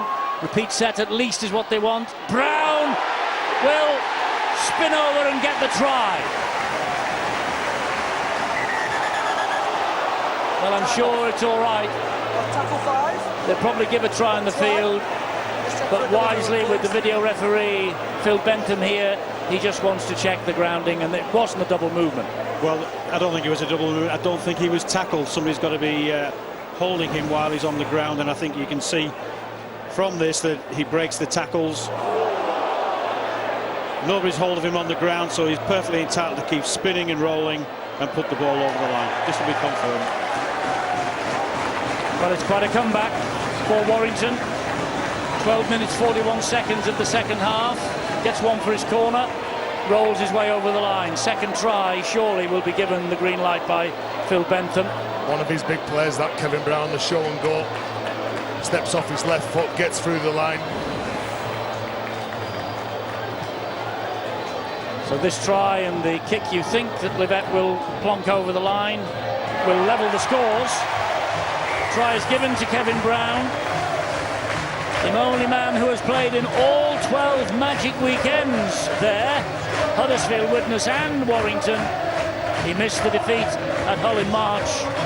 He's got Warrington within 2 of levelling the scores. Well, this is a completely different side. Warrington getting all those little details right in the second half that they failed to execute in the first half. Deck Patton gets up, gives an early ball to Kevin Brown, who has support outside.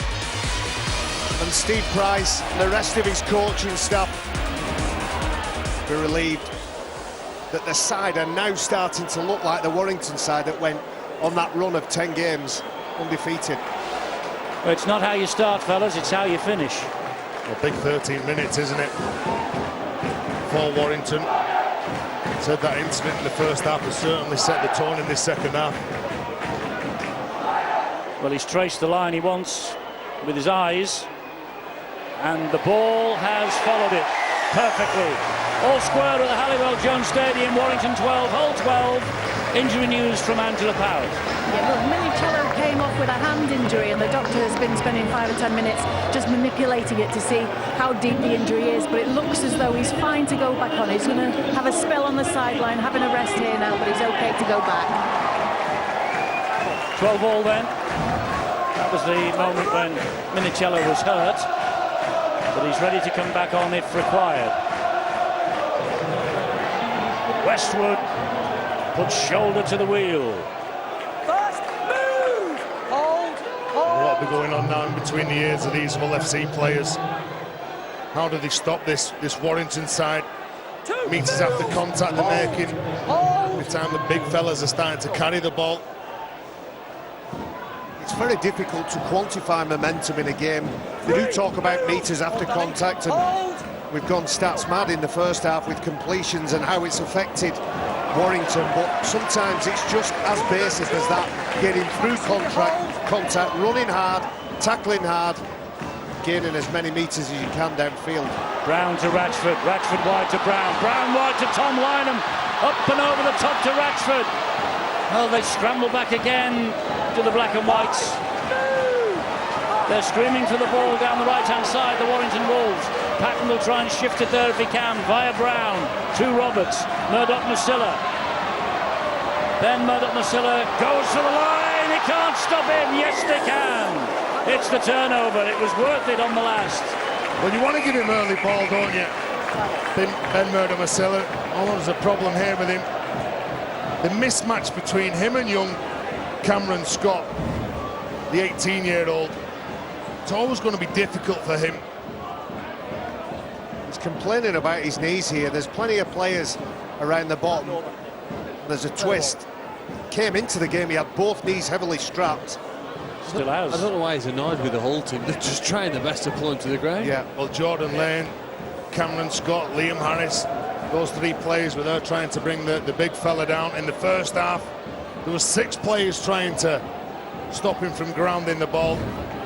It's Jordan Lane who ends up accidentally, purely accidentally. He's lying on top of him. Yeah.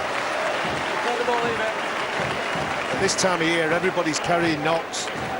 It's just a case of trying to maintain your fitness, get your way through that week. A player like Ben Murdoch-Masilla will have to do sometimes alternative conditioning, an alternative fitness program in the week to make sure his body's recovering. What's that mean, Barry? Sit with your feet up? It means a little bit of watt bike stuff. Get on the rower. You know, maybe not spending as much time on your feet as the rest of the squad. Look at the Warrington side now, and the team that's on the pitch at the minute with Stephen Ratchford, Brown Roberts, Darryl Clark, Deck Patton on the field. With those players, they're going to move Hull FC around. The speed is what will get Hull FC if it does in this game. They're all attacking players that will cause problems. The Warrington fans, for the first time, believe that there might be something on here. 16 minutes of the second half has turned their mood around completely. Connor goes for a long kick down centre field. It's all along the ground, so it gives the black and whites a chance to advance, but Charnley was almost through. We did talk in the first half about how important the back three are for Warrington when they're trying to gain that momentum. But it's no longer about the back three, it's about the back five. Atkins, Brown, making sure they're sharing that workload. Here's Harvey Levett again. Third move, Danny! Hold! Hold, Mickey! Go! Kevin Brown to Roberts. Ratchford. Oh, kneeling. Looney went for the intercept. He had it. He catches that, there's nobody at home. Look at this when he comes out the line. He's caught in between two players. Does it come off his head? Yeah, it went through his hands, hit him in the face. So close. You say they were all chasing and charging forward. Warrington catches that cleanly. It's a try. There was a 2-on-1 with him, wasn't it? He knows, obviously. He takes that cleanly. It's 6 points. It's under the sticks. He certainly catches your attention, doesn't he? You know he's playing. Head in, mate. Jimmy, head in. Hold that line. As you Doing say, the unorthodox all the time, isn't he? And unorthodox to the fact that he hasn't got a gum shield in. How much more French talent are perhaps clubs missing out on? Hull have done well, haven't they? They've given him an opportunity. He's training with them. He's played a few games. You know, there must be some other young French players who could still feature as squad players for Super League sides. Deck Patton with a good run.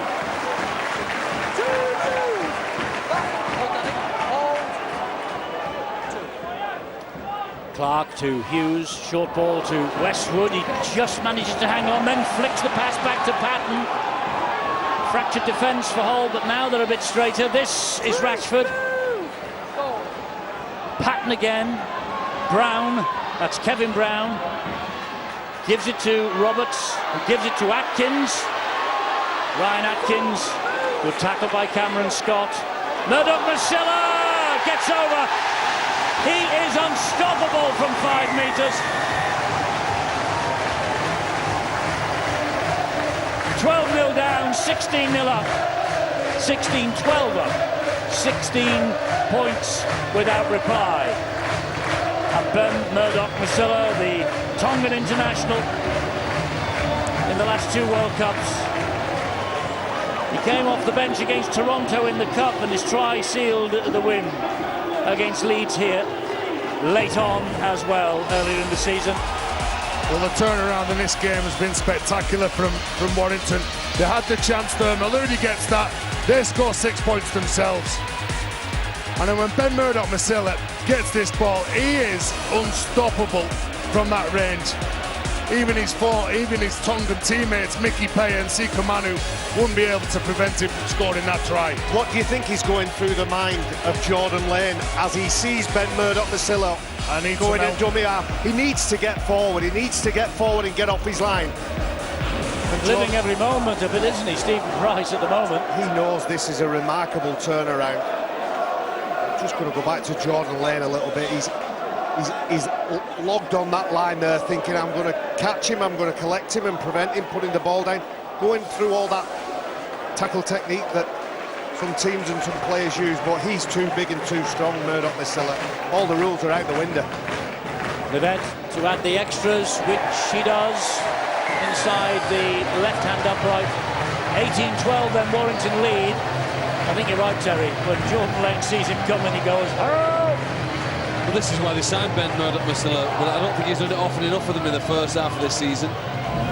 Not often you see 2 players with both knees strapped up, a lot of bandaging around both of his knees, but he was fast enough and powerful enough to crash over from close range, and they're going to hope in the second half of 2018 we see him do that more often.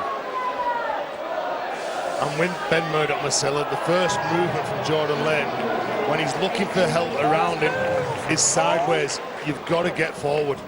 Red buttons tomorrow for the Catalan Dragons against the champions Leeds Rhinos, 4:55, because we are involved in the Summer Bash with the championship on the main channel from 5 minutes to 3, so it's another fantastic weekend of rugby league here on Sky Sports. The Summer Bash Day 2 continues on Sunday, same channel, 12:55.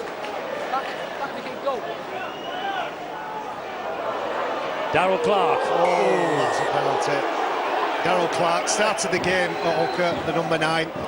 The introduction of Deck Patton has just pulled him away. He can get that running game of his going, and Mickey Pay knows exactly what he's done the minute he does it. Yes, it was a lift. And then he went down almost head first. Did Clark. He's okay though. Well, if it goes Warrington's way in this second half, it's an old cliche. It's a game of 2 quarters, thirds, fifths. A game of 2 halves. I said it was old. This is Roberts. Ratchford. 18 metres away now, Warrington, looking for more. Roberts. Hughes. 10 away. 3 tackles left in this set. Pack. Busy. Back it comes to Roberts. Wide to Atkins. Further wide to Charnley. Josh Charnley adds to his tally in the Warrington's colours. 7 Super League tries. 12 tries in 9 before today, so unlucky for some in 10. He was kept quiet by Wigan last week. Hull simply cannot stem him this week. And they're not helping the cause, giving penalties, field position and possession. It's a completely different Warrington Wolves. You look at the players in motion, running into spaces, and they manage to manipulate the defensive line, find some space on the edge for Josh Charnley. It's a good finish and a good piece of centre play from Ryan Atkins, but that's a try scorer that. You're constantly counting numbers. You're looking at, have you got the overload? If we have got the overload, boys, let's take it. And Ryan Atkins, the pass from him to Josh Charnley was superb. I know he blotted his copybook a little bit, Chris Hill, but I'm going to put this revival down to Chris Hill. The spark and the fire in his belly really set that platform for Warrington Wolves. You've got to question why they didn't have that at the start of the game. I would anyway. I mean, they're not always going to be able to come back and win. It's taking the rest here now at the time, but in terms of enthusiasm, and that's a very important aspect of rugby league, the Hull side had too much for Warrington to cope with, and it's taken a talk at half-time and a massive turnaround here for them to pick up the game. His goal kick is aggressive. When you watch him, I know very little about goal kicking, but I have heard people say keeping your head down is something that isn't natural. Keeps it down very late, even after the kick's been made. One of the greatest rugby league goal kickers of all time did that, Sir Kevin Sinfield. He's done it again. 24-12, from 12-0 down to 24-12 up, and 2 tries in 3 minutes. Well, she had to show some fluency. What we expected to see from Warrington from about an hour ago, it's come an hour later than I expected, but they've put a smile on some people's faces.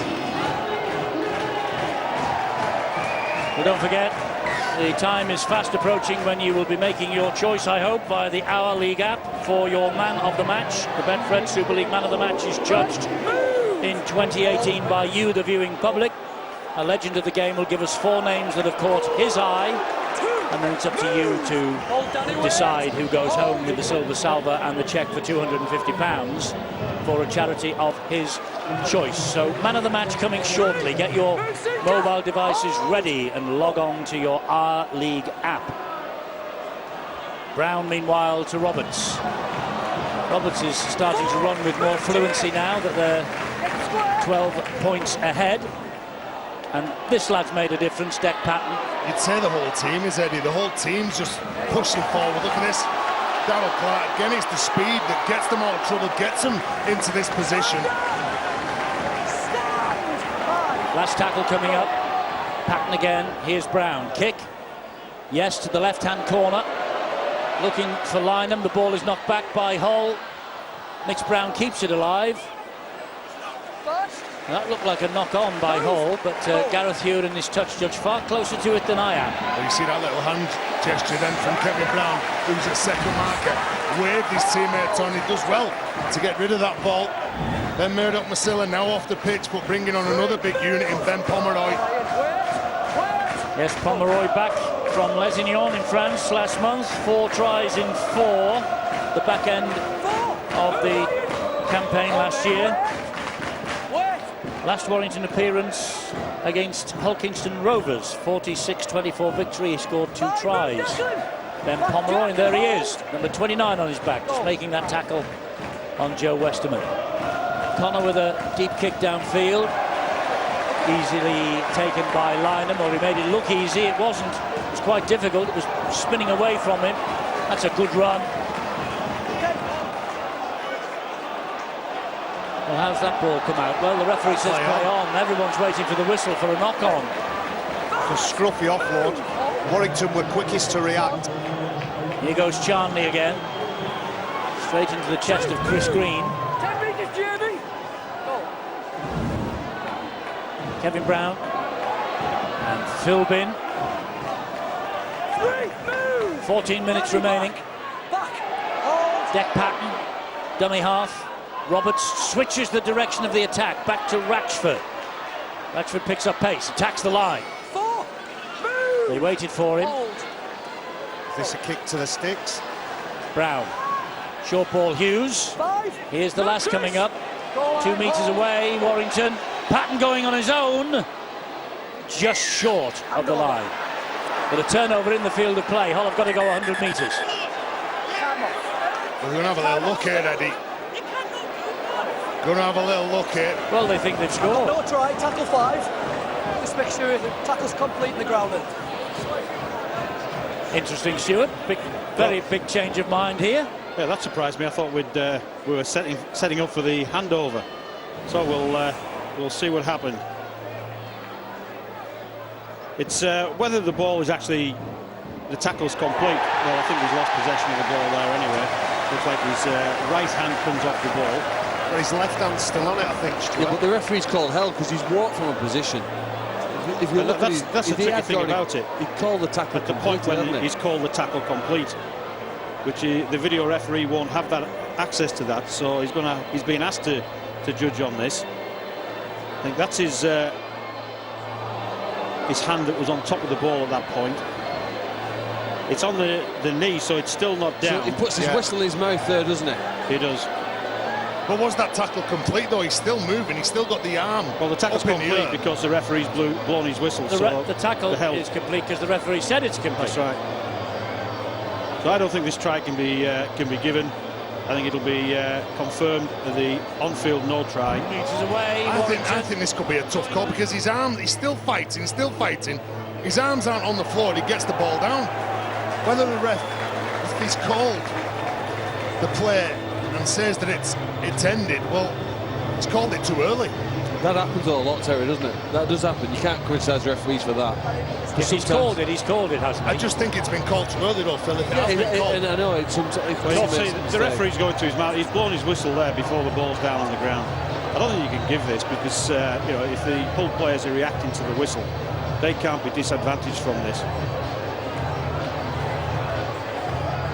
Again, we haven't decided whether he's actually grounded the ball as yet. See, I think his hands are off the ball. I think he's got that down, Stu. Well, I think his right hand's come off the ball and his left hand's underneath the ball, so you haven't actually got any downward pressure on it. I'd also say it's no try on the field.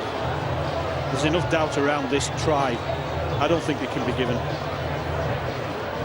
I don't think there's enough there to confirm that a try's been scored. Well, what you can confirm, Stu, is that the whistle's in the mouth and is being blown. That's right.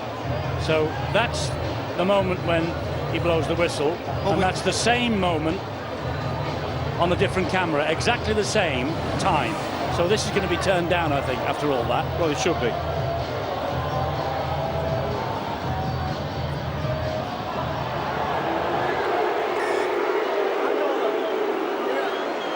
And it's right on the line where the handover will happen, and Warrington are all up the other end of the field at the moment. Because they thought it was a try as well. Warrington thought it was a try. Harvey Levett was ready. They're the same time frames. Yeah. He is actually over the other side, the referee. He's no idea what deck pattern and what kind of wrestle is going on. He's been very assertive. He's blown the whistle. He's made a decision, and he's got straight on the game. The whistle. Well, a slight delay while Warrington trudged from one end of the field to the other for this. Now they're there. Eddie, the last time they were in this position, the last time they had a set of 6, they only made 22 metres carrying the ball. Let's see if they can better that in this set. Well, both sides have had a bit of a breather while that video referee decision was forthcoming. Look at this for line speed here, though. Looking to get the offload away there, Mickey Payer.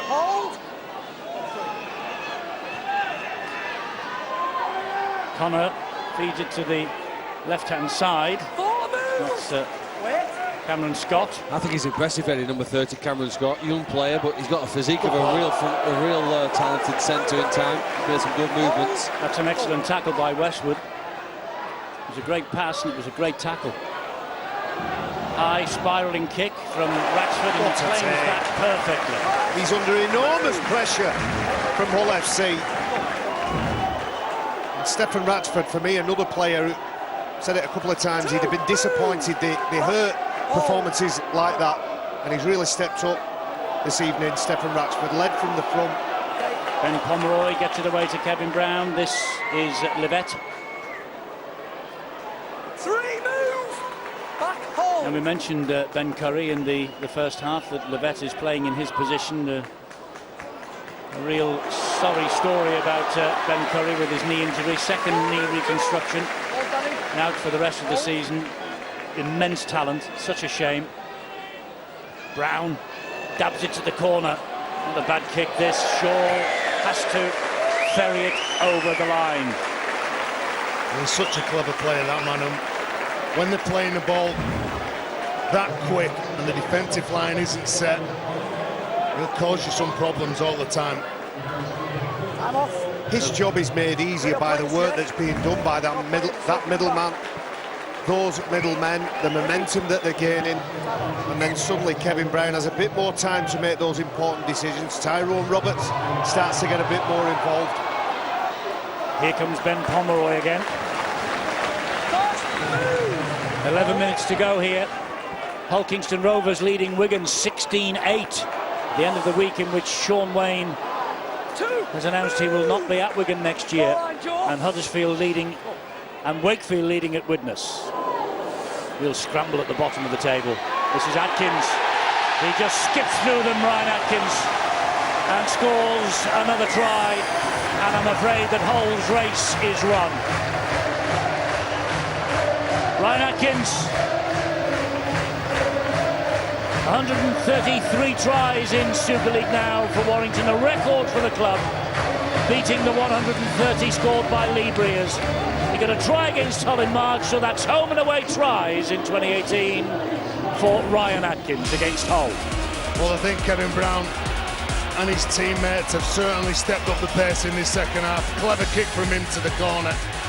And Ryan Atkins, a man who's got 8 England appearances. I wonder if he's going to be thinking, with the injury to Callum Watkins, there could be a space on the plane for Denver. I think Mark Percival's got that left-hand side covered, but who's going to be playing the right-hand side? And Ryan Atkins, well, certainly has played well this season and last. Does he just fancy that trip? A couple of pieces of lovely skill. First of all, Tyrone Roberts deals with a difficult ball, and then the double pump of Stefan Ratchford just opens up the space for Ryan Atkins. Now Harvey Livette, 100% with the boot. Now this arguably the easiest he's had. Hope I haven't stiffened him. I haven't. 30 points to 12. Less than 10 minutes to go. Difficult to see Hull coming back from this. They've been blown away in the second half. That's another good try for Warrington. And if Warrington are serious here now, they should press on here, accelerate. There's over 9 minutes left. That's a long time, and they really need to drive home their advantage. And the fact that they have their opponents really on the throat or with a foot on them, and in complete control. But you know, they didn't play well in the first 40. That doesn't mean they can't play well for the second 40, and they've got to show here now. They are still a very strong side that want to go into next week's cup game really buzzing with confidence. Well, 30 minutes and 30 points in this second half for Warrington. 5 tries. Livette, Kevin Brown, Murdoch Masilla, Charnley and Atkins. 5 different try scorers. Chris Hill is back on the field to see them home for what looks like to be now a victory. And if you look at this purely and simply in the papers in the morning or on Sky Sports News later, you'll think, oh, that's an easy win for Warrington. It's been anything but that. You're right, Eddie, and Phil asked a question about where was the enthusiasm and the energy that Warrington have showed in this second half. Where was it in the first half? You can't always be at your best, can you? But what you hope within that team is when you're not at your best, you ride those patches out, you have enough character to come back and get the result. Well, that's why fellas like Steve Price earn their money. Might have been a brief chat. We assume that he shouted at everybody. No, Angela said it was briefly. He might have just said, look, lads, let's calm down. Let's get back to what we set out to do. When we were preparing for this match on Monday morning, whenever they were in, I gave you a plan. Let's go right back to that. Forget about the first half. It's gone. I'm not so sure it would have been that sort of team talk at half-time, but this second half, you can't, like the lads have said, you can't be at your best all the time, but you've got to have that knockout punch as well. If Warrington can put together an 80-minute performance like they did do for those 10 games that they won on the trot, they'll trouble more sides. I said that the other week when we were up Leeds. They are a good side, Warrington. Yes, they are. They came from behind then, didn't they? Yeah. I think the vote is open for the man of the match. In fact, I'm sure it is. And the four names are Harvey Levett of Warrington, Ben Murdoch-Masilla of Warrington, and two from Hull, Dean Hadley and Danny Houghton. There we are. They're the four names that you have to choose from to select tonight's Betfred man of the match.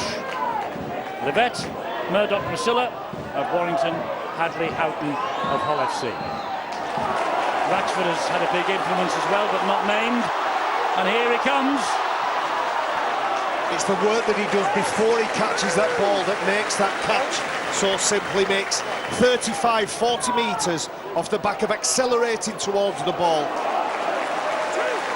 Harvey Levett's got over half the votes already, by the way. There's 5 minutes remaining for you to cast your vote. Chris Hill, the Owley Gap. Votes are now being taken for man of the match. Philbin trying to seal the win, if it isn't already signed, sealed and delivered. Patton, Brown, Roberts, Ratchford, Mitch Brown.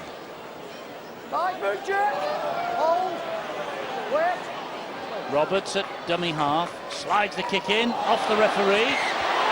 Nothing will happen here, it'll come back. Hits the referee, and that's the turnover. Yeah, player irregularly affected by the ball hitting the referee.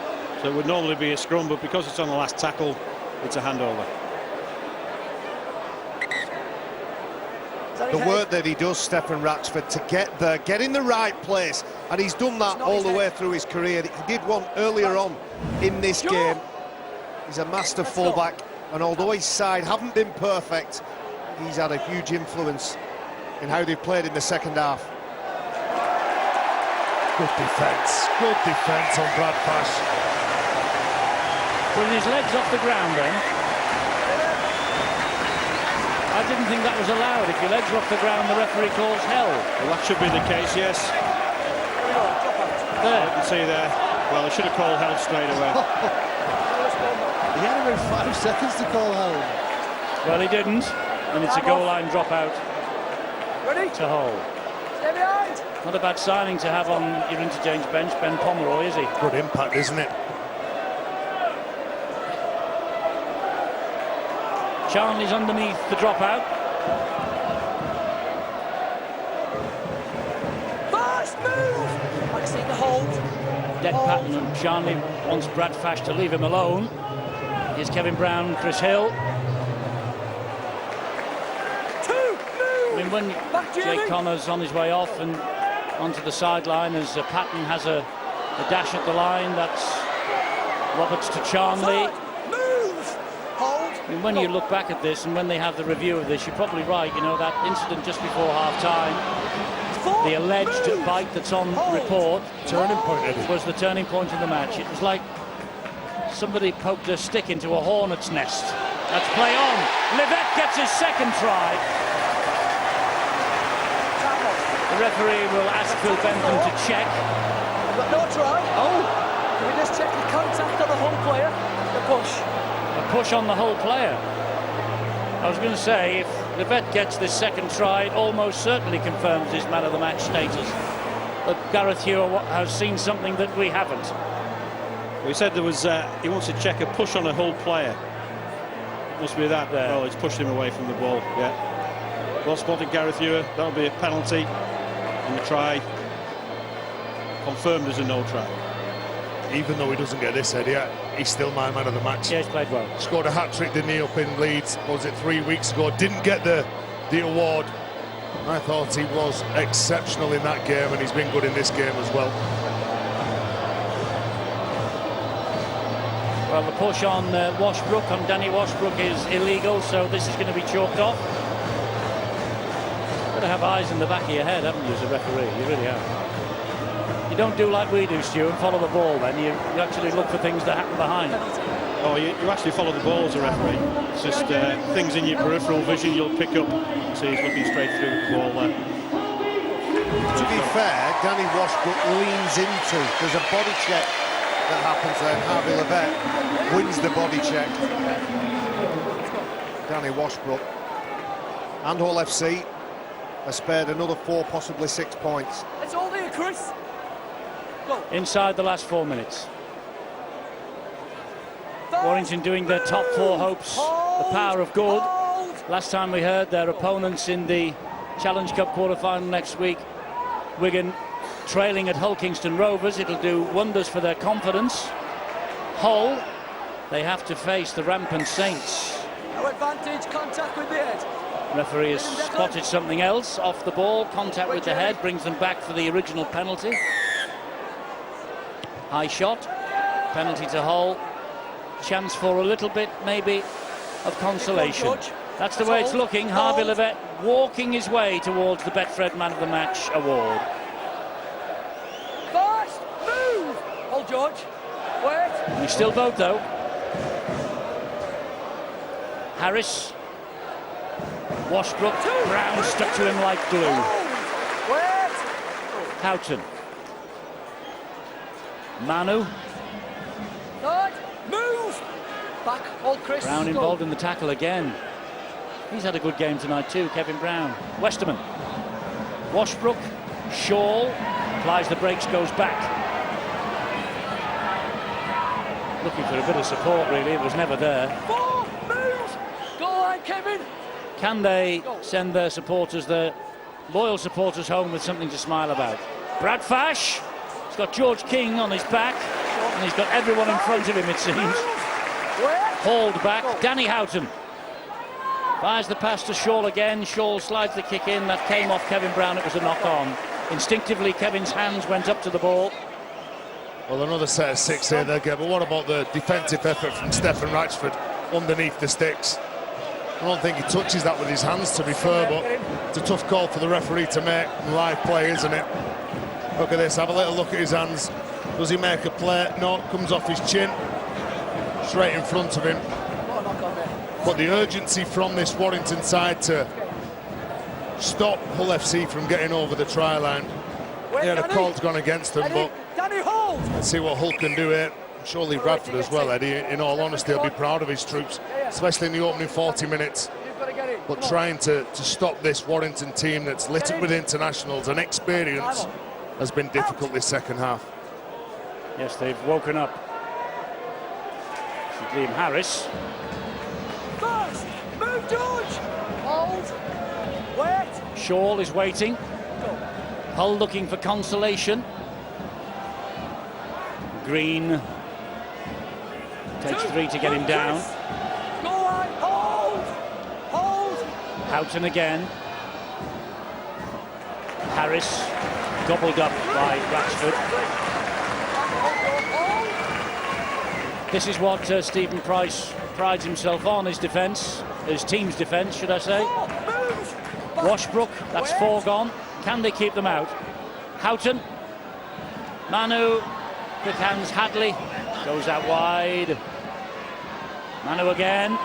Sika Manu. Another good challenge from Tom Lynham.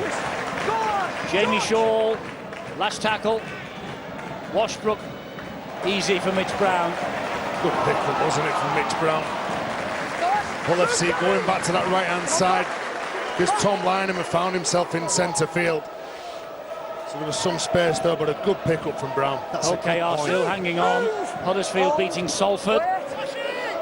New coach for Salford is for Huddersfield rather, is in the Salford stands watching that performance. So, and Hull Kingston Rovers doing themselves no harm at all at the wrong end of the table. Widnes losing, Salford losing, Huddersfield climbing out, maybe of trouble. Here goes Pomeroy here.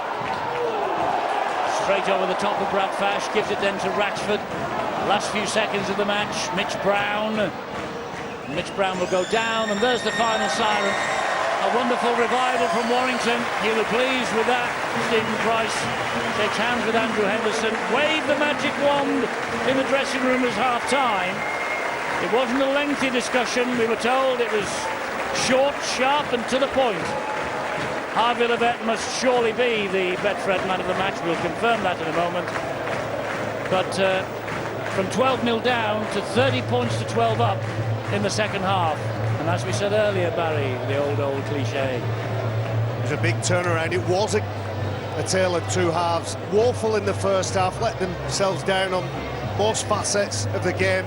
Defence being one that they pride themselves on, but those low completion rates meant it was very difficult for Warrington to get a foothold in this game. Hull FC will be bitterly disappointed. They had this game in the palm of their hands. Warrington, through a little bit more energy, a little bit more enthusiasm, some vim, some vigour. They ran harder, hit harder, and when those opportunities presented themselves, players like Kevin Brown able to put it on a plate for his teammates. Some big performances. Stephen Ratchford, I thought, stood up well. Chris Hill had a big influence, but yeah, I think the man of the match was well deserved. Well, Hull have only lost 2 now in the last 7 in League and Cup, and 9 wins in the last 10 in Super League for the Warrington Wolves. And the Betfred man of the match, there he is, Harvey Levett, denied when he got the hat-trick and not long ago, but going home tonight with the silver. He certainly is, Eddie, and there you go, there's your silver salver. Right, you scored a try, but tell me what turned you around at half-time. What did he say in there? It was this probably the worst start we've had all season. He gives a bit of a telling off. We just wasn't going to our best, and our attack was down, and defence certainly. But at least we turned it around in the second half. You did turn it round. It was almost a different team that came out. Your error rate was completely turned around. Your completion rate as well. It was almost as though you woke up. Yeah, definitely. Like we said at our time, we just need to be confident and patient and build pressure, and that's what we did in the second half. Our halves got us forward, and then we just rolled them from there. But really impressive out the second half. Nice to go over as well, isn't it? Yeah, definitely. I'm just popping up where it matters at the minute, but hopefully they can score many more. And kicking the goals as well. You've got a great style, and they go over. You slot them perfectly. Yeah, that's it. Well, I've just been practicing with Libres in training this week, and it's paid off. So the old master still got it then. And there's your cheque. Who's it going to go to, Harvey? I'm giving it to Rhino's charity craft. That's brilliant. Thank you very much. Cheers. Congratulations. We've got Chris Hill now. Captain Chris, come and say hello to the viewers and congratulations on that win. Where did that come from? Yeah, I know. We were struggling first half. We just weren't at the races, and probably carried on from last week, really. We got a bit of a roasting at half time, and it shows what we can do second half. You were woken up when something happened. You had a little kind of nip. Tell us what happened there on your arm. Yeah, we'll let whoever to decide that. I'll not comment on that. It did seem to fire you, though. There was a passion that woke up after that. Yeah, there was, and I could take many things, me, but I can draw the line there. But I'll let other people deal with that. We won't push you on that, but we will push you on what the coach said at half-time, because it was quite a brief speech, but it must have been a fiery one, was it? Yeah, I don't think I can repeat most of it on Sky anyway. No, we weren't at the races. We were giving stupid penalties away in yardage and giving them the ball. And I know I just spoke to Radders then. They were a battered side then, but they're a winning animal, and you always have to be careful with them. And I thought the youngsters really stood up. So now we got two more like us in second half. A lot of hunger there. Thanks very much for your time, Chris. And we've got your coach. Actually, I think it's Lee Rafford popping in to speak to us now. Lee, a great first half, but the second they just overran you. Yeah, for sure. Loads of effort. I think they finished the game there with the most expensive right edge in Super League against the most naive and cheapest. And I think to stay in the fight for that long as we did was a real credit to them. We're, as I've said, we're not lacking in energy and urgency. Just I'm a realist. There's a reason why they paid the salaries they are, and they've got some quality. Game time and experience is what they've not got, but this will give them that. Definitely, and that's what, I keep banging the drum. They've got to make the most of this. I honestly thought it was a fantastic achievement for us, finishing the game without losing anybody to injury, and then Jake Connor goes down with 5 minutes to go, so yeah, it continues. Is Jake okay? I don't know, I honestly don't know, but yeah, look, we'll make the most of the experience for some of these young kids, and then they can see what they've got to aspire to, what's in front of them and what the standard is. Great, thank you very much for your time. Cheers, Lee. And Steve Price is here, the Warrington coach. You couldn't see you over there then, Steve. I've been asking what you did say exactly at half-time. I know the inner sanctum is sacrosanct, but what did you say to them? Oh, our first half was horrendous. I think we were completed at 35%, so you're never going to give yourself a chance. And to be down 2 tries only at half-time and was actually quite positive on the flip side. So we come out, everything we spoke about, we done. We played with an up-tempo game. I think we completed 86% the second half, and scoreline indicator was 30-0 in the second half. So tremendous effort by the playing group. You've had 3 halves of rugby league that you'd rather forget, but this has turned you back round again. Yeah, certainly. We have a footy team here, and it just typifies what type of football team we have, and the display the guys showed in the second half. Just tell us a little bit about who stood out for you in your team in that second half. Oh, I was really pleased with Harvey Levett, how he played. It's just given us a little bit of that X factor, and I thought Tyrone stepped up in the second half. Running the ball, getting his hands on the ball, and Steph Ratcher was tremendous out the back. Go and enjoy the applause. Thank you. Thank you. Well, after what Harvey Levett called their worst start to a game this season, and Chris Hill described as a half-time roasting from coach Steve Price, the Warrington Wolves roar to a 2 competition point win over the Hull FC. 30 points to 12. 2 Betfred Super League points go to the Warrington Wolves. Well, they made it difficult for themselves. John Wells, I left you at half-time with Hull FC winning 12-0, and you said sitting relatively comfortably. That second 40 dominated, as you would expect, by the Warrington Wolves. Yeah, I think we expected something approximating the try highlight reel that we're about to see now for the second half. In the first half, it was Harvey Levett who got the scoreboard ticking for the Warrington Wolves. Nice ball by Kevin Brown, 46 minutes, 53 minutes, Brown goes over himself, and then the Wolves take the lead for the first time in the game just before the hour mark. Ben Murdoch-Masila with a close range effort. Nice hands from Atkins to put Charnley in on 62, and then Atkins crossed himself to bring up the 30 with a perfect score